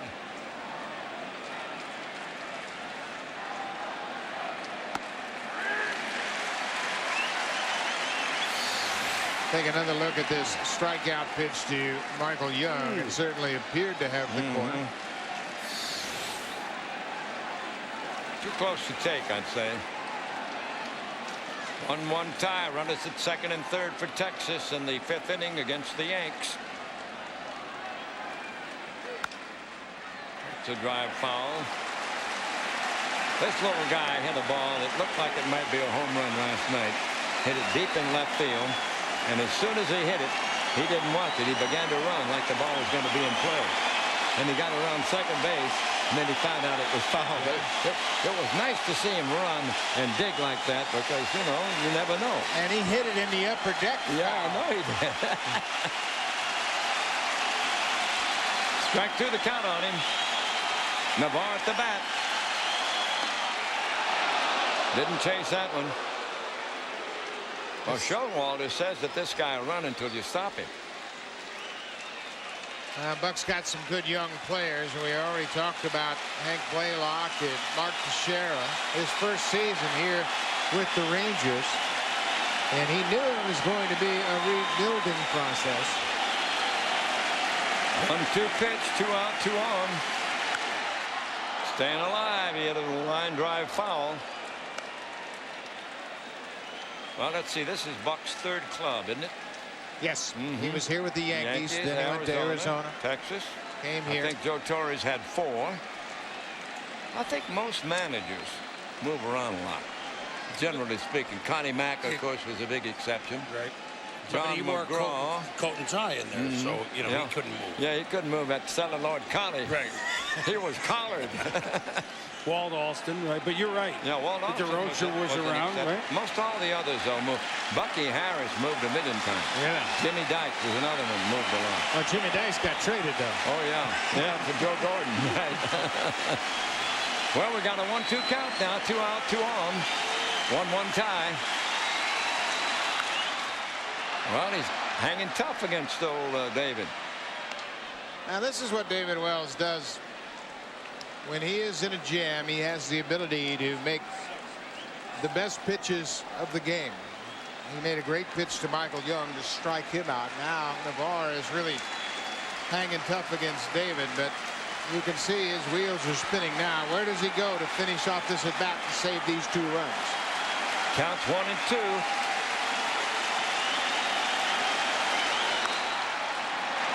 Short fly to right. Delucci is going to put it away, and that retires the sign. So the game will stay tied as the Rangers get one, and that's Rangers got one to tie the game. 1-1 tie now with the Yankees batting in the last half of the 5th inning at Yankee Stadium. And Enrique Wilson, the switch batting infielder, starts it off by hitting a foul ball off the barrier down there past the Yankee dugout. I guess Buck and Ernie, we should give credit to John Thompson. Now look, here's a team ERA of almost 6, but he's been their best. And since go ahead, it's your inning. Oh, you go ahead. No, but since, we got to give him a little credit because there's not much credit coming for this pitching staff. Since June 25th, he's 5-1, and the team is 6-2 in his starts. Something to build on, right? Yes, sir. Sounds like a stopper to me. 1-2 the count. Well, there are the numbers Chris was talking about. 5-1 in his last 7 starts. Just the mere opposite of what he was doing before. And he's going to take care of this one with a little underhand flip for the out. Now 1 away. Let's check in with Pam and Rob. Well, Ernie, back to Boston, where Nomar Garciaparra just takes Aaron Seeley for a long ride, Dibs. Yeah, Nomar hits his 20th home run of the season, and hard to pick an MVP on this team, Pam. I think the whole offense of the Boston Red Sox most valuable player. Been so awesome, especially at home. They are up by 2, Ernie. Oh, there it is. The Yanks lead by 3.5. The Red Sox trying to put a little more pressure on them tonight. This game is tied 1-1 in the 5th. They go to the top of the order with Mr. Derek Jeter. Seeing 2 great shortstops here tonight against each other. What a treat, huh? All the shortstops in the American League. Golden age for shortstops. Golden age, no question about that. I had a letter from a good friend of mine, Cy Williams. He lives in Buffalo, long-time scout. He said, I'm 90 years old, and I see guys make catches now that I never saw in my lifetime, and I see guys hit the ball farther than they ever did. Mounding ball hit foul down past third. One thing I think is different, and I think that baseball has really lost, are the colorful personalities. And obviously, you must have seen some marvelous personalities over the years. Clint Courtney. Scrap iron. Norman Cash, the guy who brings a table leg to the home plate to hit against Nolan Ryan. Yep.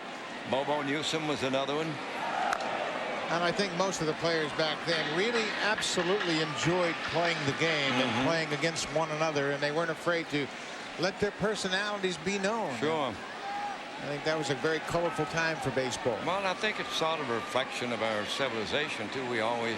Everybody's trying to be politically correct all the time, and you lose a little of that color and that extra personality. 1-2 pitch. There's a drive, a slice to right. It's down there in the corner. What's going to happen? It's going to be a foul ball.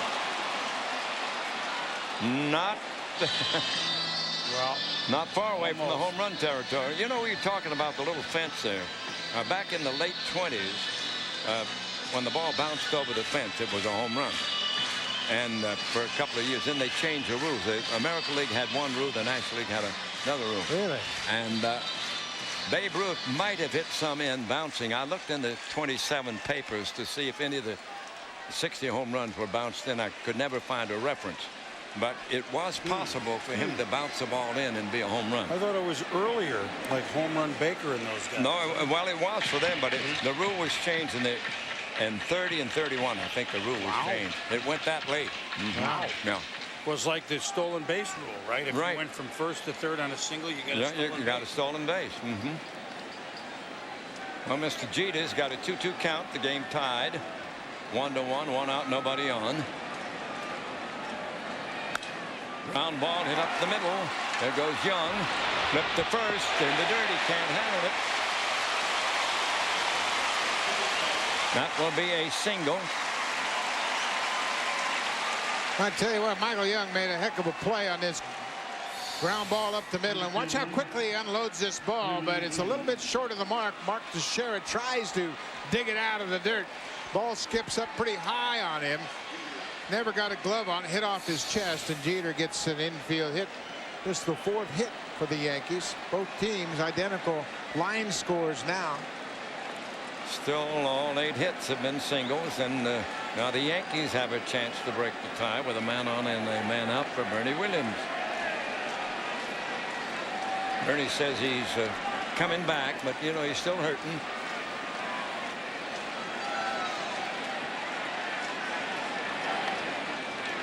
Too close. You know, I think that the Yankees have an aspect of their team that's going to get stronger and stronger. Like you say, Williams was out with that knee injury. He's not worn down whatsoever here in the dog days of summer. Same for Derek Jeter, who had the dislocated shoulder. They are just now about into 2 months of their season, and their timing is going to get better, and their strength is going to be good as they play down the last few days of August and September. Now, Buck, on the other hand, what about a guy like Posada? He's catching a lot. Yeah. You're coming into August and September. That's the toughest of all the positions. Well, will it affect him, you think? It possibly could, and nobody knows that better since Joe Torre was a catcher himself, and he can appreciate what it was. But you see what the Yankees have done since they were no hit by the guys. Yeah, the Astros here in this ballpark. 31-13, 20 games over 500. Little chopper hit towards second. Young over the short to A-Rod. Back to first. 2 for the price of 1. And that will end the inning and keep this game tied 1-1 after 5 innings. All right, we've got a 1-1 tie going into the 6th inning. Texas coming to bat. This is A-Rod, and he looks at a strike. You can never turn away when you know he's coming up, right, Ernie? I mean, right. He's an exciting player and one of the best of all time. I used to think the best shortstop I ever saw was Louis Aparicio, and for a long time he was until all these guys showed up. Just a different style of play, wasn't it, Ernie? Absolutely. These guys are big. They can hit the ball hard. They can field their position. They can run the bases. Just an example.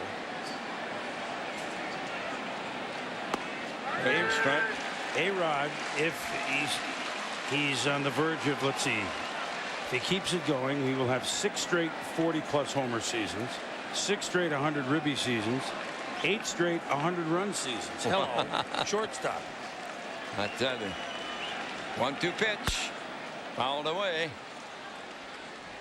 Century 21 keeps us abreast of some interesting stats from time to time. Now, I will say there's time, okay? Our home run leaders for August. Now, we have about 3 weeks to go, so these are the leaders in the clubhouse. A lot of Rangers and Yankees on this list, but I don't think Tony Clark is safe with 4. High pop up. Back up the plate. It'll be out of play. Well, the Yanks scored first. They got a run on the wild pitch in the 2nd inning. And then Texas came back. They had a couple of singles, a wild pitch. And eventually a sacrifice got the run in. So Vince started scrambling around to get those runs. But a couple of tough pitchers locked in. A pretty good pitching duel here. Ground ball to short. Jeter. Over the first, and A-Rod's out. 1 up and 1 down. Well, you mentioned Norm Cash coming up with a piano leg, or not a piano, or a table leg against Nolan Ryan, no hitter. You were there, huh? Yep. Yeah. And you know, I love your nicknames, but I got a favorite nickname, Bill Dilly. Emil Bill Dilly. They called him Hillbilly Bill Dilly. Well, I didn't invent them all. Babe Ruth was before my time. You perfected the art. Well, ground ball to short. 1 hopper to Jeter. Same story. 2 out. It's just something that worked, Ernie. But forget me. This is something that worked when Nolan Ryan had the heat going. You were there.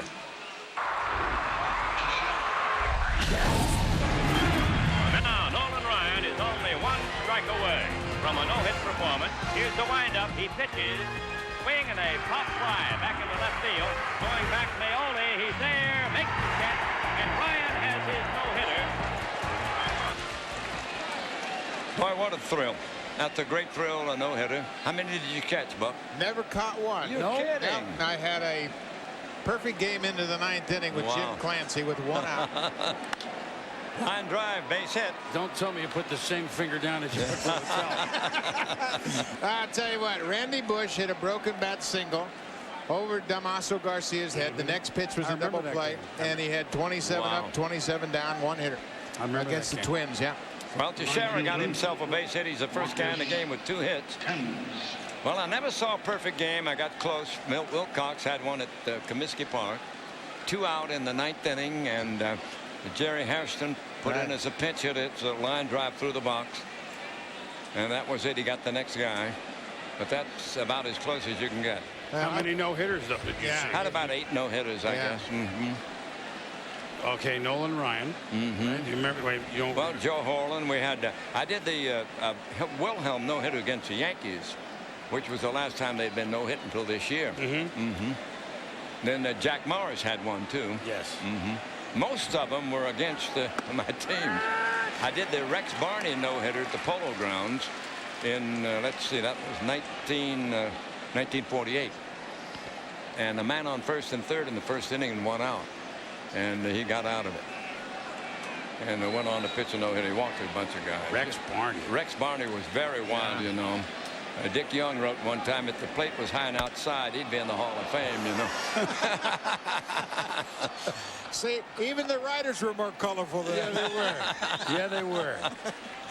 They think they're more colorful now, but that's not Dick Young had a lead on a doubleheader in Brooklyn one time. The Giants, when I was there, the Giants and the Dodgers, and the Giants played beautifully. The Dodgers played bad. He said they played a day-night doubleheader, and that was the difference in the two teams.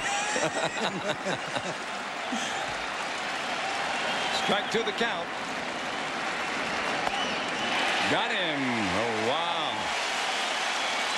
So the game tied. Still the Yankees won, Texas won last half. Whitey Ford, one of my all-time favorites, had a dry sense of humor, sort of laid back and a very funny guy. The Tigers were playing the Yankees in Tiger Stadium in 1962. The game went 22 innings, the longest in Yankee history. Rocky Colavito, who used to stretch a lot, got up to the plate, began his stretching routine in the 22nd inning. And Whitey yelled from the Yankee dugout, "Hey, Rock, ain't you loose yet?" Yeah, that was Whitey Ford, and now the Yankees are batting in the 6th inning in the 1-1 tie. Jason Giambi, the leading home run hitter in the league, at the plate. Mr. Thompson on the mound, and he gets a strike across. Giambi has walked and flied to left. And you remember Jackie Reed hit a home run in the 22nd inning off Phil Regan to win the game, and that's the only home run he ever hit in a major league career. I was going to say, he didn't hit many. Whoa! Hey, speaking of home runs, that one is long gone.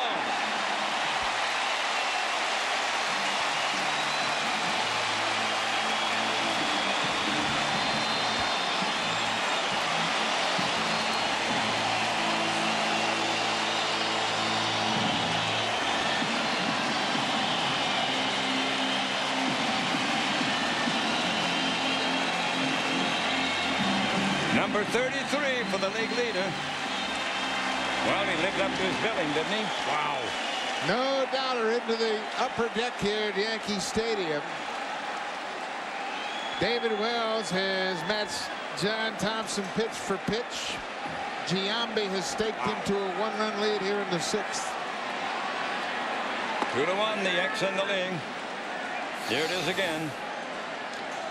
Giambi went deep last night and once again went down and got a low pitch into that upper deck, and that's the 21st home run allowed by John Thompson. And if my memory serves me right, he's hit more on the road than he is at Yankee Stadium. Many more. Over the last 2 days, I think someone told him that stat, and he's trying to catch up. How about the gas that he took from Billy Wagner and then sent it out in the All-Star game, huh? Oh. That guy's got power. Here's one hit pretty good, too. Navarre going way back, and he's going to have room. He comes back in front of the warning track. So there's 1 out, 2-1 the Yanks lead in the 6th inning. Difference in the game, the home run by Giambi. Crash Davis is congratulating Jason Giambi. That's the one that should have had a stewardess on it.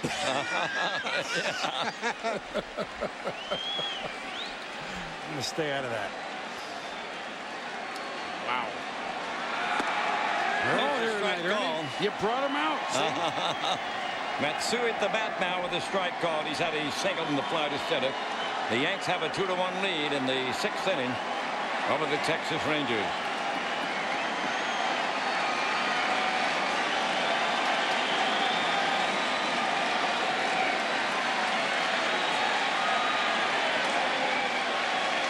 Low breaking ball in the dirt.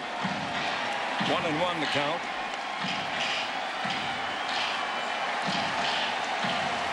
You think Mickey Mantle ever went over to Gary Cooper after hitting the long home run?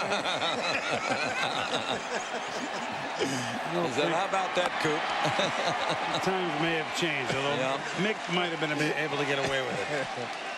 You're right. That's a good call, Buck. I don't. So that was the first extra base hit, but it was pretty extra, wasn't it? Oh, it was a long one. Number 33 for Jason Giambi has given the Yanks the lead here in the 6th. Remember way back in April when everybody was concerned about Giambi? I think he's done. He doesn't have a good swing. He couldn't see. You guys both have seen. The high hard one sends him back to the bench. You guys have seen players that can take a team on their back. And I'm not saying that the Yankees are devoid. I mean, he took Oakland on his back a couple of years ago. And he's capable. I mean, there's some players that you've seen through your years that could just take a team for 2 months at a time. Break up the game, and that's it. They just ride with a big horse. Kurt Gibson. That's right. Well, the guy we were talking about earlier, George Brett, Buck. There's a drive to center. Navarre is there. He's got it. And the home run puts the Yanks in the lead. At the end of 6, they lead Texas 2-1. The Yankees lead it 2-1, 7th inning on the home run by Giambi. And here's a big hitter right here, Chris Berman. Well, what a thrill to have you throw it to me, sir. You are a big hitter. Well, yeah, too big, unfortunately. This is the DH, Jason Jones, with a little shot up the middle for a base hit. Back to amateur hour here, Ernie. Thank you for gracing us for those 3 innings. And we ain't letting you go anywhere. You're doing the 9th, all right? Okay, whatever. Well, you know what? Now, we talked about how fast this guy was who's coming up at the plate, Donnie Sadler. Now, you're one of the few that ever followed Staff Sergeant Donnie Sadler. What'd you say? Hey, he's the... Yeah, wrote the big song about the Green Beret. The Barry Sadler was the Green Beret. But you know what? I think that's pretty esoteric. Tonight, he's Donnie Blazing Sadler. I like that better. Especially if he eats baked beans and he hangs out with Alex Karras. You hit a chord. Oh, boy. So Texas trailing 2-1 with a runner at first base has Sadler, the 8-hitter. Drove in their only run with a sac fly in the 5th.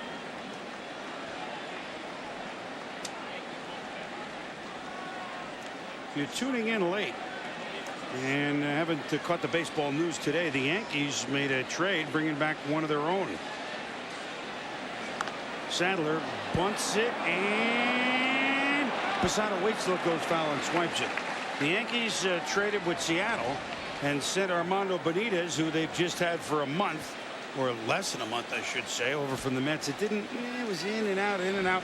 Traded to Seattle for Jeff Nelson, who was a big part of most of these Joe Torre teams that won the World Series. And as Torre said in the locker room tonight, I mean, he knows the drill here, and that's one thing, right? Well, he's a right-hander that gives them that right-handed compliment down in the bullpen to team up with this guy, Antonio Osuna. And Osuna starts to crank it up. Nelson should join the team tomorrow. He won 4 World Series championships here with the Yankees. Part of those great teams. He spent 5 years in New York, and he is on his way back. You know, if the Yankees were really concerned with money, they could have waited one more day and let him fly with the Mariners to New York rather than paying for the plane ticket. Just wait one more day. Every little bit counts. Yeah, that's right. Well, George, maybe not. We're all right there. 1-1 to count to Sadler.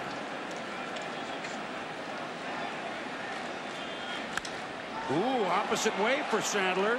And Jones will run around second, deep in the corner. DeLucci, and he is Boy, was Sadler to second. He was blazing Sadler. He was in the second quickly, held up at third as Jones, and the Rangers in business here in the seventh. Well, they asked Sadler to sacrifice on the first pitch, and it trickled into foul territory. And now he gets a fastball away from him. He hammers it down into the right field corner. Take a look at that swing. High fastball. He stays right on it and drives it on the line. It goes all the way down into the corner. Dave Dellucci digs it out, gets it back in time to hold the runners at second and third. Here's the number 9 hitter, the catcher Todd Green, who reached on Azares last time up. But I mean, he smoked one to left field that Matsui misplayed out of the webbing.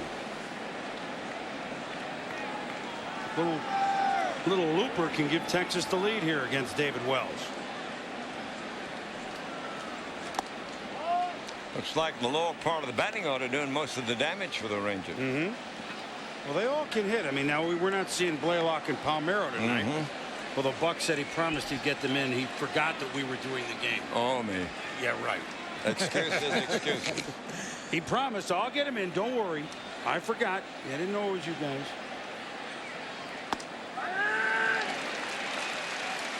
Now off speed twice. That one's in there for a strike to Green. Yeah, I'd love to see Palmeiro in there. He's one of my favorite players, I tell you. One of the most underrated guys in baseball, I think. Except with 500+ home runs and climbing up the RBI list, I guess that once you get to 500, it's hard to miss, right? Yeah, they can't underrate you too much then. Jeter looks home, wasn't able to make the play there. On the ground out by Green, the Rangers have tied it at 2. You know, the Yankees had a guy that was called the most underrated player, Gene Woodling. Yep. And Johnny Pesky said, yeah, he's the most overrated and underrated player. He was a kid. Yeah. Gene was a good hitter, good hitting outfielder. I remember the great story about Charlie Silvera, who was the backup catcher to Yogi Berra so many years, and he finally got traded away, and they saw him crying over in the corner, and he said, you know, Charlie, don't take it that tough. He said, you'll go play somewhere else. He said, I've been sitting behind Yogi so long I can't play. Drawn in infield against Michael Young, and that certainly pays off as Jeter's there. Throwing to first. Runner Sadler, who obviously can move, could go nowhere at third. 2 down.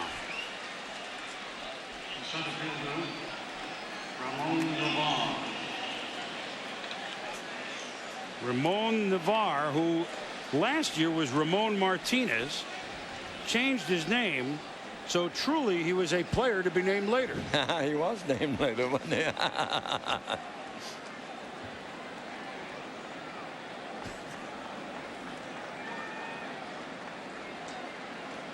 There were too many Ramon Martinezes in baseball. I think that was the problem. In there for a strike as Wells. You know, he's allowed the game to be tied, but if he can wriggle free of this thing on second and third in a tight game, he has a habit of being able to bear down when he has to. First pitch strikes for David Wells. You know what he said one of his problems was, and I talked to him before the game, Buck and Ernie, is he goes, you know, if I go 0-2, of course, this is different with a fast runner at third. He goes, I still don't want to bounce one. I'm so excited by throwing a strike. He goes, I'm throwing too many of them. Sure. Don't hear that many pitchers complain about throwing too many strikes. No, not many.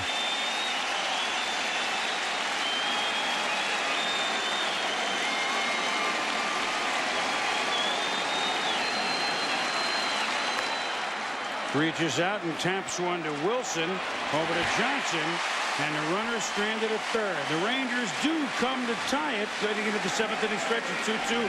And when we return to the house that Ruth built, Ernie on the bench. Was baseball's greatest player, a wonderful pitcher, then a home run slugger who changed the game in the early 20s. And in 1930, when I was just a kid, I sneaked down in the box seats at Ponce de Leon Park, that was in Atlanta. The Yankees were coming north. They played an exhibition game against my team, the Atlanta Crackers, and Babe came in after about the 8th inning, and I was here at the railing, and I shouted to him, and I said, hey, Mr. Ruth, can I have your autograph? And he said, kid, you ain't got anything for me to sign. I was so stupid, I didn't have a piece of paper. But I did have a pen, and I pulled it out of my pocket, and it said, "Please sign my shoe." And he signed my shoe, and later I wrote a book by that title, "The Babe Signed My Shoe." How about that, asking for an autograph, you don't have a piece of paper? Where is that shoe, Ernie? That shoe's long gone. Wow, what a great memory, huh? Yeah. Babe Ruth came over and offered to sign that. Yeah, and I saw his last game, the first game I ever saw in the major leagues. I came up from Atlanta in 1934 to Chicago, and Babe played left field against the White Sox at Comiskey Park in September. Made a great running catch of a foul ball. That was the last game he played in the American League in Chicago. He never played a night game, you know. Babe Ruth never played a game at night. He played a lot of night ball, but not on the field. He was playing. He may have been the best night game player ever. You know it. Those gray flannels came early, though. Those hot August afternoons in some of those Midwest towns. Well, here we are, the bottom of the 7th inning. Nick Johnson, David DeLucci, Enrique Wilson, 7-8-9 against John Thompson. Matched in a 2-2 tie with David Wells. Nick's been back about 10 days. He was really becoming a pretty darn good professional hitter there, Buck and Ernie, and then until he got hurt. I mean, he really had turned the corner earlier this season, didn't you think? Well, I sure had, and you know, he's had to battle injuries throughout his young career here, but it looks as though he's going to be a good hitter. Got a great eye, has the ability to really make quick decisions on whether it's a strike or a ball. Really has a lot of discipline at the plate, but you're right, Chris, he was really off to a great start this year, and then he had that broken bone in his hand. So we got socks on socks here again. This is just great. Babe Ruth, I mean, you got to know players of that era. I got to interview Babe later on. And he was a big blustery kind of a guy. Everybody loved him. Had trouble keeping his bat. You know, everybody would borrow a bat because they thought they'd have a few home runs in it. Right. Borrow in quotes. Right. You know. I mean, here's a guy that hit 3-4. I mean, there are many things that he did that people forgot. It wasn't only home runs, right? He could move pretty well when he was young. Yeah, he could run. Oh, and this ball's moving way well. Back, back, back, back. Gone. Yankees have the lead.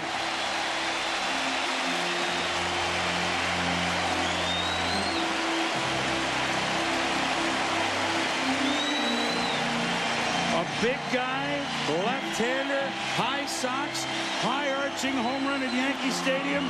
Dare I say, very Bambino-like? I don't know. They're a little ghostly there. Wow. We start talking about Babe Ruth, and here go the ball. The Yankees hit 4 home runs last night, and tonight a couple of monster home runs. Another low pitch, and Nick Johnson touches it off and knows it's gone immediately. His 9th of the season.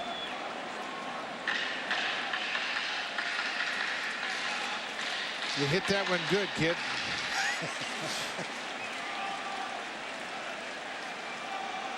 So this is DeLucci, just over from Arizona.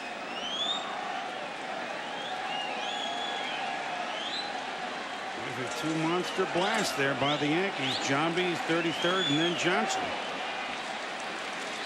I would say maybe he's back to being a good professional hitter, huh?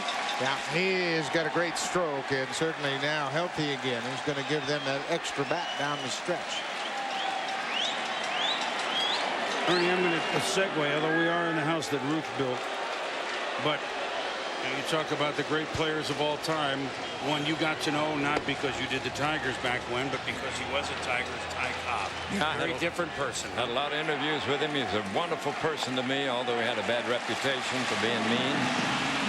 And I interviewed him many times, and he was a very, very kind and open guy with me. And I know that some of these stories are probably true about his meanness and the way he wanted to win, but from my standpoint, he was good to me.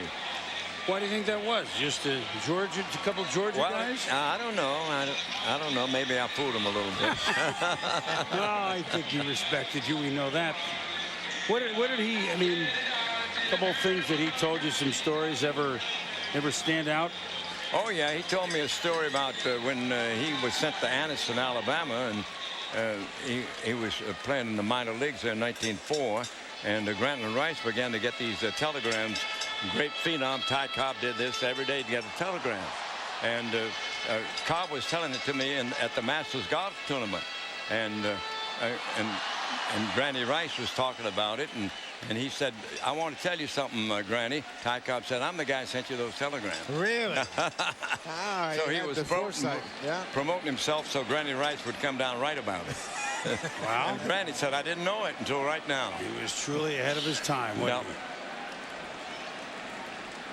Lifetime average of 367. I mean, you gotta be kidding me if you think about that, right? Anybody would love to have that for a month, you know. Yeah.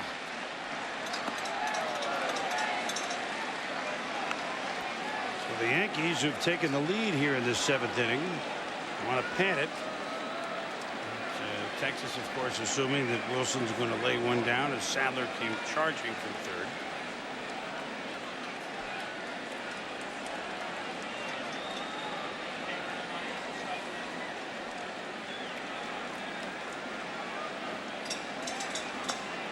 On the other hand, on those old Tiger teams, there was a fellow at the other end of the spectrum on the personality level, right? And that would be Charlie Gehringer, as you said. Oh, yeah. Charlie never said anything. And Lefty Gomez used to say Gehringer's in a rut. He hits 375 on opening day, and he's hitting that at the end of the season. Wilson the other way. This could be tricky. Oh, and it bounces in over there. Spencer has to play it all the way around the wall. Here comes DeLucci. Wilson into the double. 4-2 New York.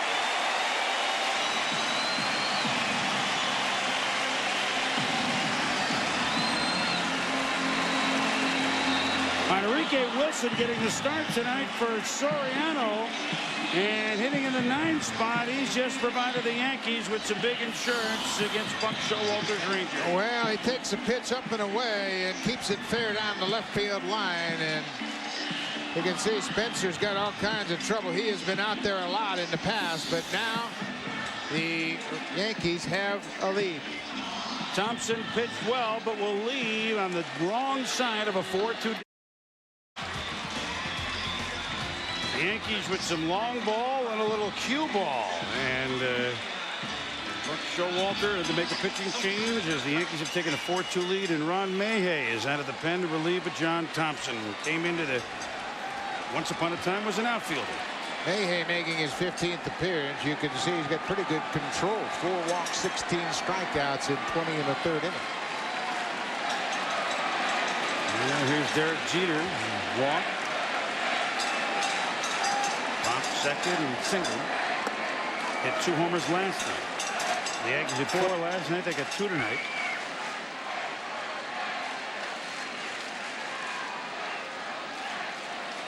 He's just a winner, Ernie, isn't he? Derek He sure is. He's a gamer. He's a Kalamazoo. And so man, yep. You kept your eye on him long before people in New York had an eye on him. He told me when he went to Tampa, he was one of the most homesick guys you ever knew. He called his mom and dad every night.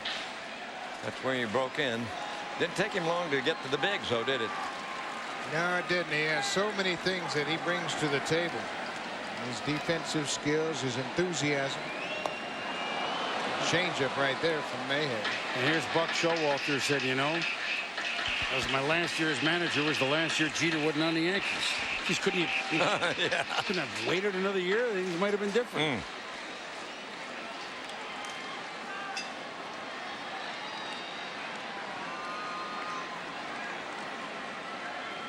Wilson at second.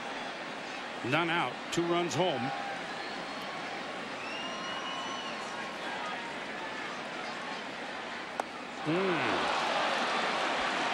Good job by Mayhay. Well, our Las Vegas, our pitching summary brought to you by Las Vegas, and not that many hot chips for the hitters, actually, as John Thompson and David Wells pitched well, except the 2 long balls that John B. hit, and then Nick Johnson busted it open a little bit, but Thompson's been Texas's best pitcher in a pitching poor year, and Wells stands to, if it stays this way, go to 13-3 and win 198th time in his career. Mayhe's busting this down pretty good, isn't he? He got a good changeup, and you can see both Jeter and Bernie Williams are way out in front of that off-speed pitch, and that's a development that Mayhe has just brought to the mix. He always had a good arm. He started out as an outfielder and then made the transition, and there was no question about his velocity, but he didn't have anything else to go with it. That's it. To left, Spencer charges. Wilson back to second. 2 outs, and here's Jambi with a long home run. Leading 33rd his last time up. Who are the farthest balls you ever saw hit, Ernie? You ever saw? I think probably Cecil Fielder hit one out at Milwaukee County Stadium. The only guy ever did that. I think that's about the longest. And then there were 4 hit over the Tiger Stadium left field. Cecil hit one of them. Frank Howard hit one. Killebrew hit one, and McGuire hit one. But I believe Cecil hitting out of the county stadium the longest ball I saw. He didn't get cheated, did he? No, sir. He's got a kid they say is fantastic. Yeah. Prince got a pretty good swing and a lot of power as well. Used to hang around the clubhouse at the Tiger Stadium, and he'd play with the other kids. He'd hit the ball in the seats. Prince would. The kids would be lucky to get it out the infield, you know. You know, we forget about Cecil. They don't in Detroit, but, you know, after McGuire and then, of course, what Bonds has done at Sosa. But Cecil was very almost Paul Bunyan-like there in Detroit, wouldn't he? Yeah, came out of Japan and hit over 50 home runs a couple of years. Back when nobody was doing it. Nobody was doing it then, right.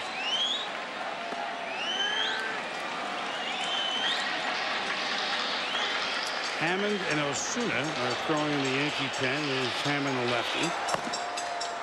And as soon as tomorrow, the Yankees will have Jeff Nelson back in that bullpen.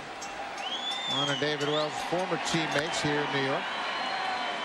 That's still a question with the Yankees, that pen. I mean, Rivera has not been, well, nobody's perfect, but you think of the great relievers? The great relievers. I was in this conversation last night at Fenway. When they're great and dominating, it's usually only 4 or 5 years, right? I mean, yeah, they don't last too long generally. Dominate. I mean, like untouchable. Yankees started it back here with Wilcie Moore in the 1920s. Then Johnny Murphy was a great one. And then Louis Arroyo, Ryan Duran. Raditz was a good one, remember? Yep. He had a couple good ones in Detroit. And of course, Willie Hernandez in '84 is part of that. Was great, Doyle Alexander did a great job for the Tigers, too. You know what I liked in Detroit? I thought was pretty good. Full count to Jambi, and he busts him out. John Hiller. Oh, fantastic. Right. All right, the Yankees have picked up a pair. We head to 8th. For New York.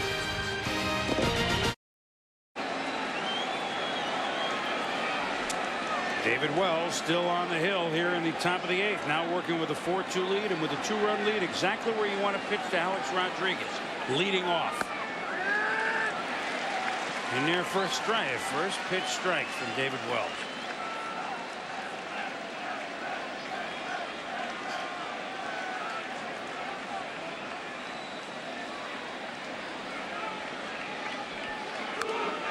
Foul back, so Wells ahead of him 0-2.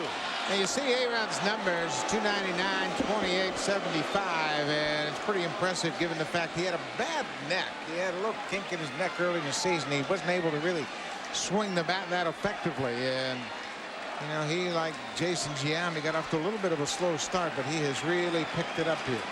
Hey, how about what A-Rod did in that All-Star game? Hey, Cal, why don't you go over to shortstop, please? Yeah. Isn't that class? That's terrific.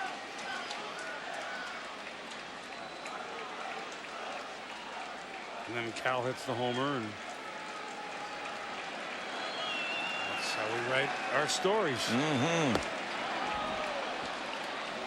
2-2 now to A-Rod. Most pitchers this season for David Wells, huh? On a humid night. Yeah, and you know what? He's just shows you what kind of character he has when he gets on the mound. There are not many people that have more competitive spirit. This ball is laced down the line, and it's gone. As the Yankees would say, good thing he was leading off. 4-3.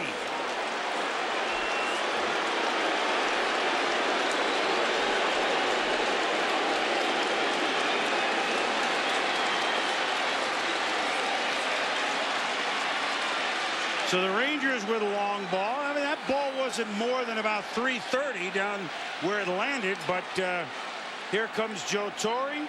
He's going to go lefty with Spencer up next, so that should be Hammond. But David Wells still has a chance to go to 13-3 and win career game number 198. We'll be back. And this was the scene a moment ago when David Wells walked off. Oh, boy, they love him here, as they should. Good, strong performance. They got a hit in every inning except a couple, but he held them off. Chris Hammond comes in for his 45th appearance. He has been a good reliever here. He's got that great changeup, and that's why Joe can use him against a right-handed hitter. He pops it. Jeter way out on the grass, and Spencer is gone. Never gone from the studio tonight. Pam Ward and Rob double-dibble. All right, before we get to dibs, here is Pedro Martinez. And here's Johnny Damon. Johnny Damon is running up against the hard wall. That's wood out there. Makes a great catch. And this is Pedro on the night. At the end of the inning, he would have 10 strikeouts, his longest outing since May. And the Red Sox have a 2-run lead going to the ninth. Boomer? Pam, dibs, thank you. So the Red Sox ahead, the Yankees ahead. Boston, as we look at Mark, and it's too bad it's, it's Teixeira. I mean, because that's begging to be Yellow Rose of Teixeira, right? I mean, he plays for Texas. Jiminy Christmas. But alas, it's Teixeira. Hammond working to him. A crowd of 47,344 tonight. It's Wednesday night. It's just a Wednesday night, and the team they're playing is, what, 16 below 500. 18. Playing way back. Aaron Boone. The long throw to Nick Johnson, and Teixeira is gone. There are 2 outs, and that'll bring up Marcus Timms. And at ESPN2, we've enjoyed, and we're long from done, listening to the dulcet tones of Ernie Harwell. And our Living Legend series continues on ESPN2 with the Reds at the Dodgers. Gary Thorne and Joe Morgan are joined by Al Michaels. So that's coming up at the top of the hour on ESPN2. Marcus Timms.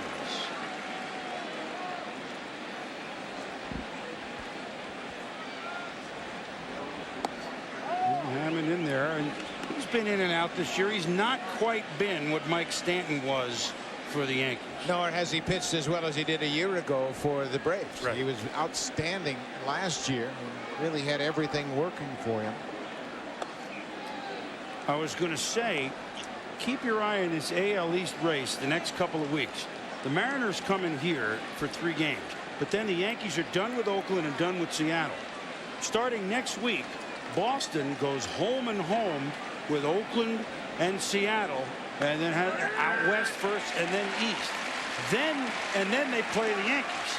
So there's a lot that could happen to the end of August. Then if they're still this tight, hold on, right? 6 games. There you see the Yankees schedule. Mariners, Orioles, and the Royals. Not that the Royals are any. How about that story this year? They've That's done a great story, yeah, from nothing to something. Who would have thought it? Interesting aspect of the Red Sox schedule is 14 straight days against Seattle and Oakland. Right, that's my point. Back to back. That's my point. And those are the 3 teams that are going to be battling for that extra playoff spot. And with the Yankees. Yep. 3 will come out of those 4. Whoa, look out. Bat flying, inning over. Oh, by the way, it was strike 3, and we hope that person is okay. That's very scary. Back in New York in the bottom of the 8th, and let's take a look at the clutch performance of the game presented by Viagra. It was in the bottom of the 7th. Nick Johnson hit it hard, and it was gone. His 6th home run of the year, and that gave the Yankees, they regained the lead. 3-2. They ended up getting 2 runs. Another run on a double by Enrique Wilson. A pool cue shot down around the left field line. A-Rod is homered to make it 4-3. And now this is where we are here in the bottom of the 8th. As Mohei still pitching. Posada, Matsui, Aaron Boone. Ernie, you came up in 1948 from the Atlanta Crackers and worked for the Brooklyn Dodgers. And you worked with, well, first he was sick, but with one of the greats of all time, Red Barber. Yeah, the guy that really brought the baseball broadcasting into the professional scheme of things. He was very thorough. He was very demanding with the people that he worked with, which was good for me. And he was a true reporter rather than the guy who brought a scorecard and came out to see the ball game. And we owe a lot to Red. We really do. Mel Allen was a great announcer at the same time. They came along about the same time, and I thought it was very symbolic and fair that both of those guys were the first announcers to go into the Baseball Hall of Fame. I don't know how much it means to you to be in the Hall of Fame with those gentlemen, among others. Oh, fantastic. Yeah, it's just such a wonderful, humbling experience to be up there on the rostrum with the great players that you've read about and known, and hero worship, really. It's a great thrill. Well, you saw it at the Football Hall of Fame. You did that a few days ago. Unbelievable. I will say this. Hey, Buck. 1981, you were inducted, right? So more than 20 years later, you're still announcing games. I'd say that's pretty good. Yeah. And you haven't lost a bit, Ernie. Well, thank you. Thank you, sir. Full count here to Posada to lead off the bottom of the 8th. And Mohei gets him. He's come in and struck out 3 of the 4 guys he's faced. 1 out. This copyrighted telecast presented by authority to the Office of the Commissioner of Baseball. I know you don't mind not reading this, Ernie. It may not be reproduced or retransmitted in any form, and the accounts and descriptions of this game may not be disseminated without express written consent. Yikes, this is longer than the last game I did. Major League Baseball is giving away World Series tickets for life and other great prizes in the Ultimate World Series Pass promotion presented by Radio Shack. More in a moment. Matsui looks at ball 1.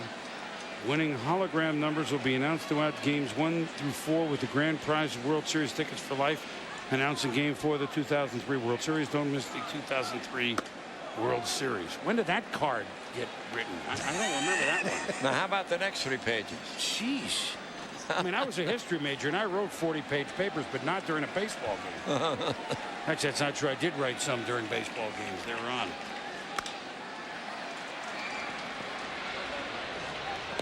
Young over to Teixeira, and Matsui is gone. You, Vin Scully and you were kind of opposite leagues once you went to Detroit. And yeah, my real claim to fame is that when I left Brooklyn, Vin Scully took my place. So I made a great contribution to baseball announcing because Scully came in and became a fantastic announcer. Yeah, well, absolutely. And I moved on. Yeah, but you moved on and continued to top 42 years with the Tigers. Yep. I mean, and had you, well, you would announce Baltimore in the 50s in the American League. I was going to say, so obviously you had been there. Did you know Detroit well as a city when you were hired by the yeah, I loved Detroit when I went to the other places, you know. When I was at Baltimore, I liked to go to Detroit, and they had a good, strong franchise when I went there. It was a great place. Michigan's a wonderful state. I love the people of Michigan. They're warm-hearted and down to earth. We've got a beautiful, beautiful state to travel in, too. And 2 parts of it. One guy that we really haven't talked a lot about tonight, and you saw him play, and now he's the manager of the Tigers, Alan Trammell, and you had high regard for Alan as a player and a person. Absolutely. One of the best guys you'll ever meet, Buck. And he's having a tough struggle with the Tigers. But I tell you, he's facing adversity in the best way anybody can. He's fighting it, and it's tough on him, especially being a first-year manager, but he's doing as well as he can with a talented hand. He would remind me, I mean, I played against Alan in his prime, of course, but I think Derek Jeter was kind of like the same type of player. Alan didn't run like Jeter, of course, but the leadership aspect and the competitive fire I see in Jeter, I think reminds me an awful lot of Tremor. Good point.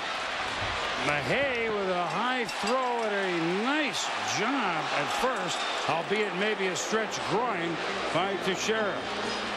Well, it's a 4-3 game, and we're going to see Blaylock and Palmeiro in the ninth, so stay tuned. We are back in the top of the ninth inning with the Yankees trying to cling to that 4-3 lead and give David Wells his 13th win of the season. The two of the biggest guns that Texas has about to come up in Palmeiro and Blaylock. So the Yankees count with their big gun, Mariano Rivera. Now, far be it for us to say, that didn't mean that we were talking about him before, Buck and Ernie, that he's far from done. He actually is human. He gave up, coughed up an Andy Pettitte win on Sunday, but he's still pretty darn impressive. Well, it sure is, Chris, and he was so good for so long and still is dominant, but when he blows a save around here, it's big news. He is 21 of 25 in save opportunities. He's still got a great arm. Buck Showalter knows that he's got the work cut out for him. And because of that, he's going to go with a couple of pinch hitters here. He's got Mariano Rivera on the mound, and Rafael Palmeiro will come on to pinch hit. Well, and with two of the best in baseball, why don't we go to one of the best in baseball, Ernie Harwell. Well, thank you. And we're going to have a little climax here with Rivera against Palmeiro to start it off. And then waiting in the wings is Mr. Blaylock. And we've got a good game, 4-3. It's been a dandy. The Yanks in the lead in the ninth inning. And here is the great Palmeiro, author of over 500 home runs. What a great career this guy has had. 294 hitter against the incumbent on the mound.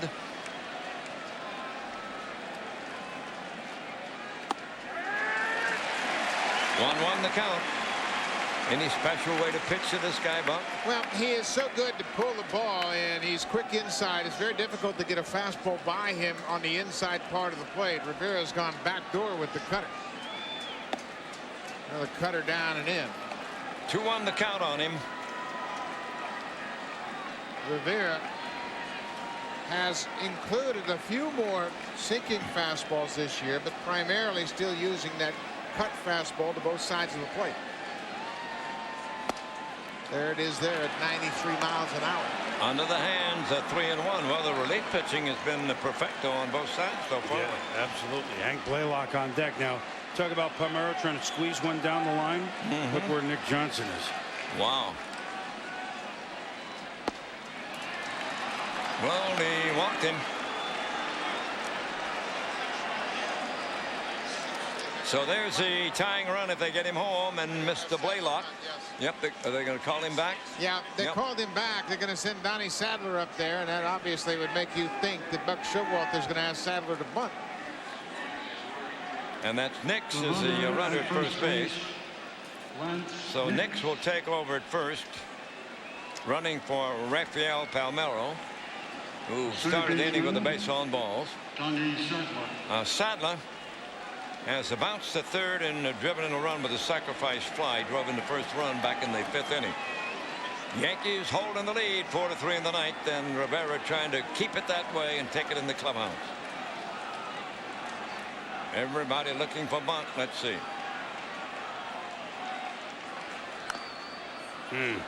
Strike one.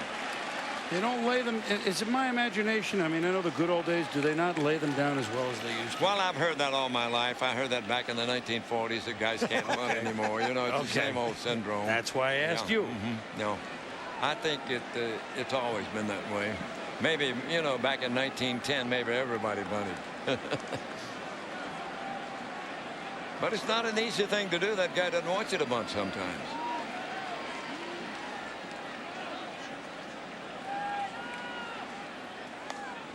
They're checking on Nix at first base, and Nix runs well. They didn't have a stolen base yet this year. Remember the last time up, Donnie Sadler showed bunt the first pitch and then lined a single down into the right field corner.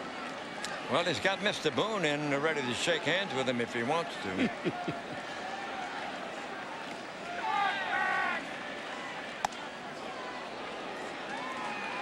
That'll even it at 1-1. We're in the ninth inning with a man on. Texas trying to get back in this one. They trail the Yankees 4-3.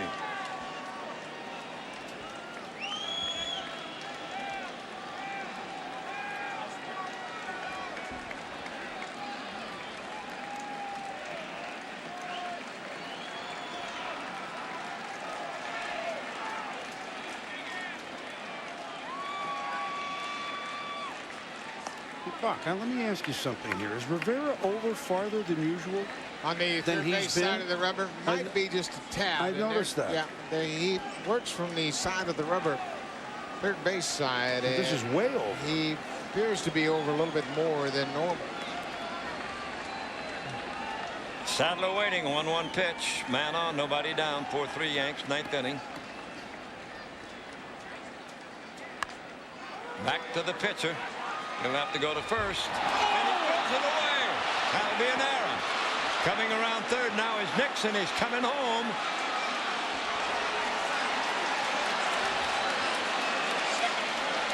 They actually get a bad break. Bounced over the tarp into the seats. Well, Joe Torre sees Mariano Rivera come in, and the sacrifice was perfect. The only play he had was at first base, but he threw it way over Nick Johnson's head. And you can see Torre just wave the infield back. Right here's the throw. Nothing difficult about it at all, but he just airmails Enrique Wilson, who had come in to make the play. He's got plenty of time, an easy throw, and he throws it all the way down the right field line. So they have to send him back to third. Runners at second and third. There's a pitch fouled away. This is Blaylock at the plate as the pinch hitter. Blaylock had a home run in the first inning in last night's game. That was his 19th. That .319 hitting average.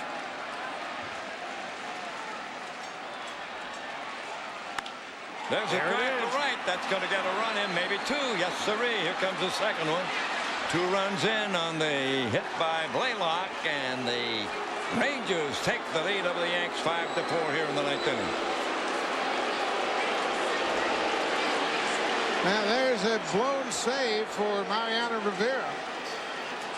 His 5th of the year, and he led to his undoing with that error on the Sadler bunt. Sadler put down the sacrifice bunt. Rivera threw it away, and take a look at Hank Blaylock coming up with the pinch hit. Broke his bat, got in on his hands, but he is so strong he hit it down into right field to drive home 2. Now the Texans trying to get some more. They have the bunt on with the leadoff man Young back at the bat. Outside for a ball. Well, we were on our compatriot Buck Showalter for not playing these guys. Hey, Palmeiro and Blaylock gave him the lead in the 9th. He's a genius, what happened right? when he followed your advice and put him in there? He's a genius. Yeah. Timing is everything. Runner goes. There's a little hit and run. Ground ball hit the second. Wilson flips it over to first, but the runner gets to second on the bounce out. Now 1 down, a man at second. 5-4 lead for the Rangers, and Cordero begins to heat up now for the Rangers. Francisco Cordero, their closer. Ron Mahay, he has done a great job. Came in and just retired everybody he faced. 6 up, 6 down, struck out 3, and he is in position to pick up the W here. Well, the Rangers trying to get a little insurance here. They lead 5-4. Navarre at the bat, and it's a ball outside. Texas has played the Yankees tough. They have won 4 of the 7 games so far this season. They swept them in here in May. And you're right, Buck. Rivera's got nobody to blame but himself in this situation. A walk and then the throwing error.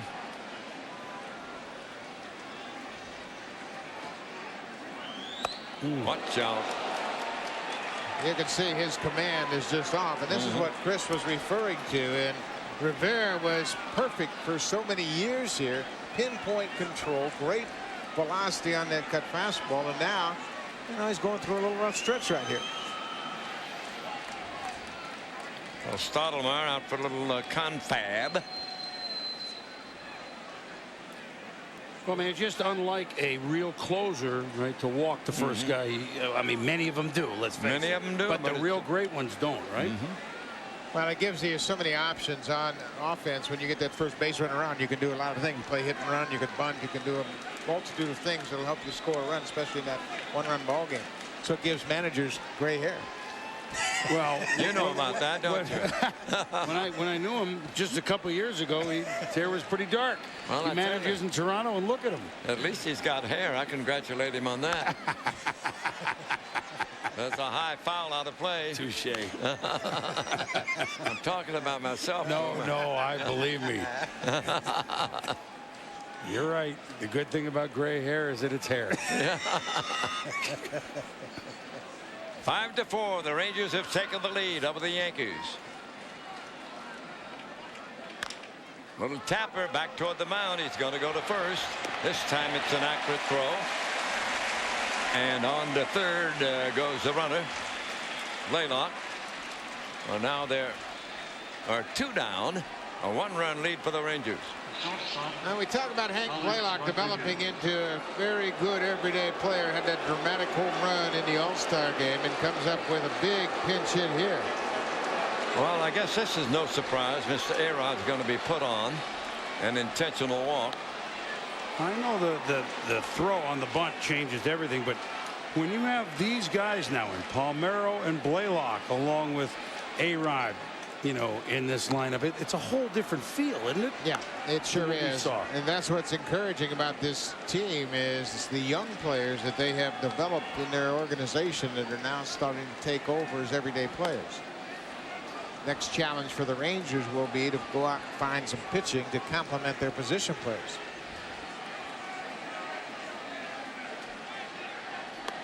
Well, they were the Senators. They still have the rights to Walter Johnson. I know there was another Senators. That was another Senators number 2. Yeah. Well, runners at first and third now, and it's Spencer. Well, that's the second walk in this inning.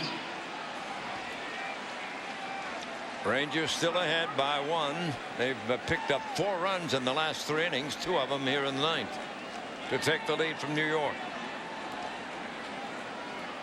Shane with a single in 4 turns. You know, Ernie, we shouldn't forget Buck Showalter's move after the leadoff walk. He had Blaylock on deck and then switched, went to Donnie Sadler, a guy that would put down the bunt and save Blaylock for the next slot in the lineup, and Hank came through with the 2-run single to right. Well, the biggest blow of the game as it is right now.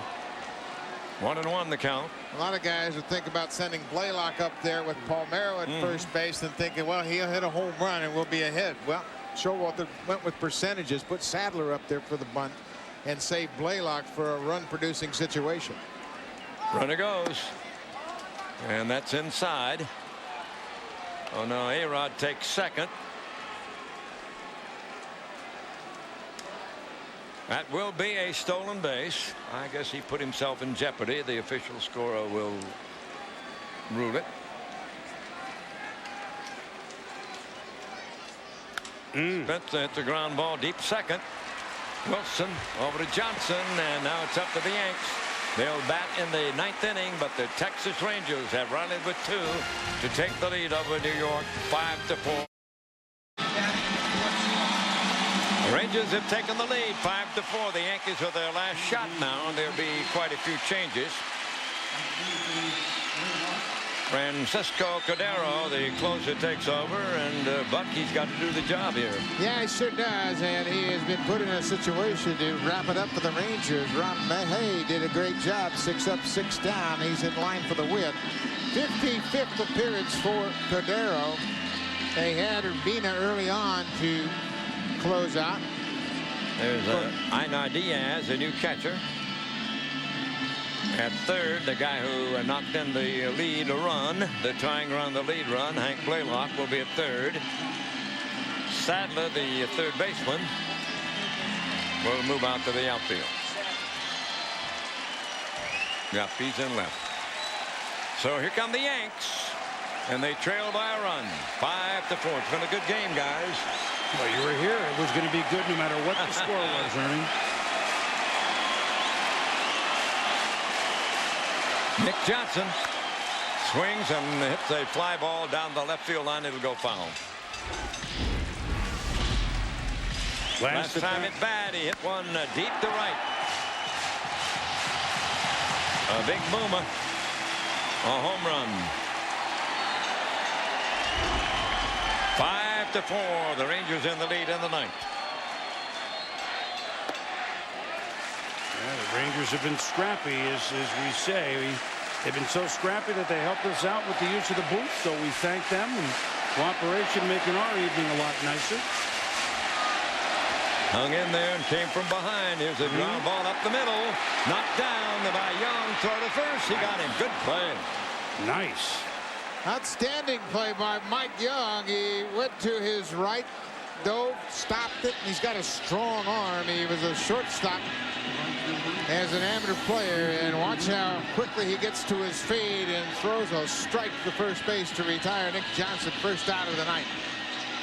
Good range and a strong arm, and this is a very good young infield. Now with Blaylock in defensively at third base after that pinch hit. Yanks have 2 outs left now. They trailed it 5-4. Dellucci at the bat. He has a walk and he scored a run. Ground ball hit wide of third. A glove by Blaylock. Throw not in time. A one-hop throw. He beats it out for a single. Boy, that's about as tough a play as you can get for your first play of a ball game. Trying to throw back across your body, not having much time to get loose. And now he's asking A-Rod, hey, could you have gotten that one? He really had to range far to his left, and he can't get himself turned around to make the throw. He bounces it, but Dellucci runs just too well. What do you think, Buck? If it gets by him, can A-Rod make the play or not?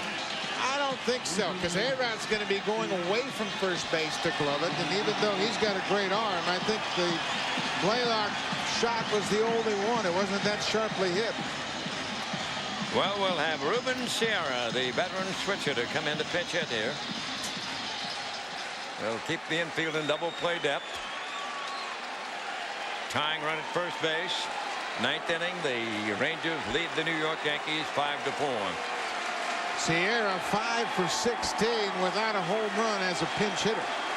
Well, the Rangers got good production out of their pinch hitters. Let's see what the Yankees can do. Right.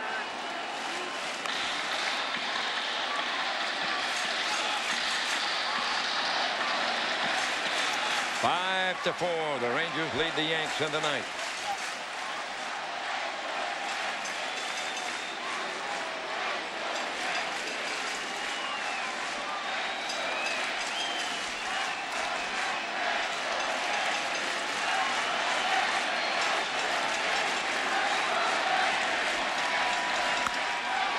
Line drive to A-Rod. No double play. He grabs it. The runner retreats and gets back safely. Well, now the Yanks are down to their final out.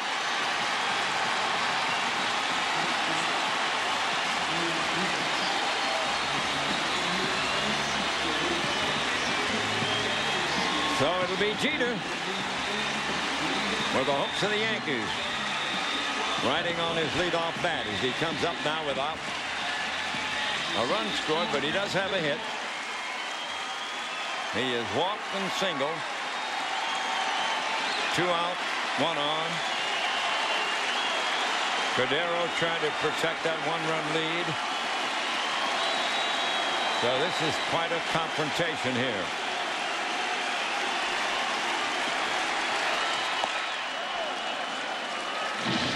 That was close, but it's ball 1. Derek Jeter hit 2 home runs last night in his first 2 at-bats. Here are the numbers in the head-to-head matchup against Cordero. He has a home run. Jeter would love to finish up this night with another home run. 1-0 pitch. Line foul out of play. Well, the Yankees know that Boston's won. That's a final 4-2 behind Martinez. So 3.5 could be 2.5 unless they come through.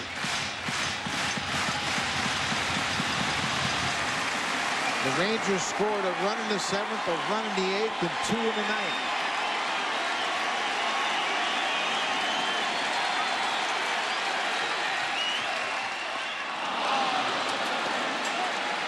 Chase that one, 1-2 on Derek. Take a look at this last pitch. I believe that was a slider. It was 88 miles an hour. A lot of nasty break and spin on that pitch. He has thrown his fastball as high as 97. What does he give him now, Buck, with a 1-2 count? I think he could throw another breaking pitch. Try to get Jeter to chase it. He's ahead on the count. Man on, 2 down. Rangers lead New York 5-4.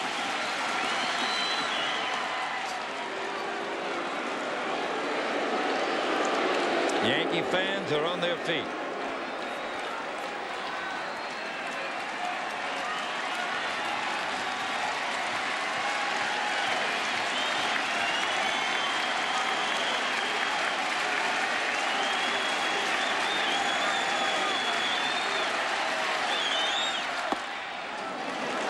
Missed the outside corner. Went for the fastball, didn't he? Yeah, he did.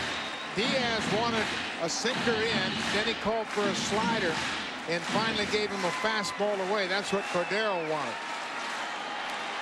Slider. 2-2 the count. Little tapper foul, and he's still up there. Well, this is what you love about this game when you get something like this. You mentioned how Brett was a big-time clutch hitter. Derek Jeter's the same category. Yep.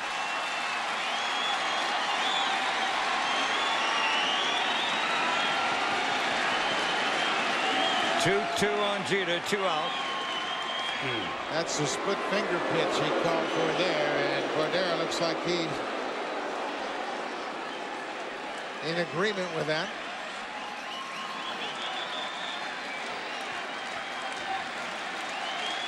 If you're going to miss with that pitch, it better be in the dirt. Yeah. Well, here we go. Fouled away. And the battle ensues here.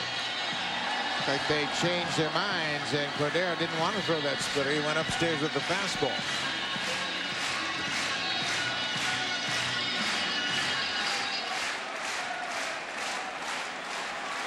Del Lucha, the man at first. He's the tying run. 2 down, 9th inning. The Yankees trail 5-4. Cordero trying to close it out with this pitch. Ground ball towards second. That's Young to first. And the Rangers will win it. Good relief pitching. A clutch hit by Blaylock. And the Rangers even the series. That's what you come here for. 9th innings like that, right? Not necessarily that the fans enjoyed it, but the Texas Rangers gutted it out.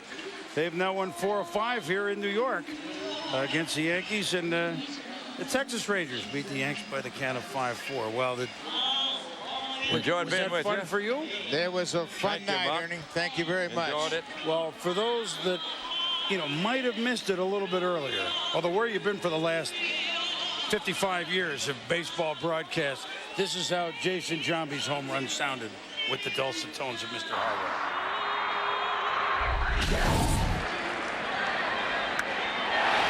That one is long gone. Well, he lived up to his billing, didn't he? Is it something about a home run call every time, isn't it, Ernie? I think, as they say in the dugout, he got a holt to that one. Yeah, he did. He sure did, Ernie. Buck, I don't think he's lost too much this half-a-year retirement, huh? If he wants the job, he'll have one anytime he wants, Ernie. Well, it was a real guys. pleasure. I love you. You've been too kind to me, and God bless you, and continue good work. Thank you for everything you have meant to the game of baseball and to fans not only in Michigan, but across America and across anywhere that loves baseball. Thank you. Thank you, sir. Real pleasure, Ernie. Thanks a lot. An evening we won't forget here, Ernie. Thank you. The Rangers come from behind to beat the Yankees 5-4. For Buck Martinez and Ernie Harwell, I'm Chris Berman. This has been just a treat. Baseball tonight. Carl and Harold and Timmy coming up next. This has been a presentation of ESPN, the worldwide leader in sports. Living legends indeed. Ernie Harwell on tap as we watch the Rangers beat the Yankees 5-4. Good night from the Bronx.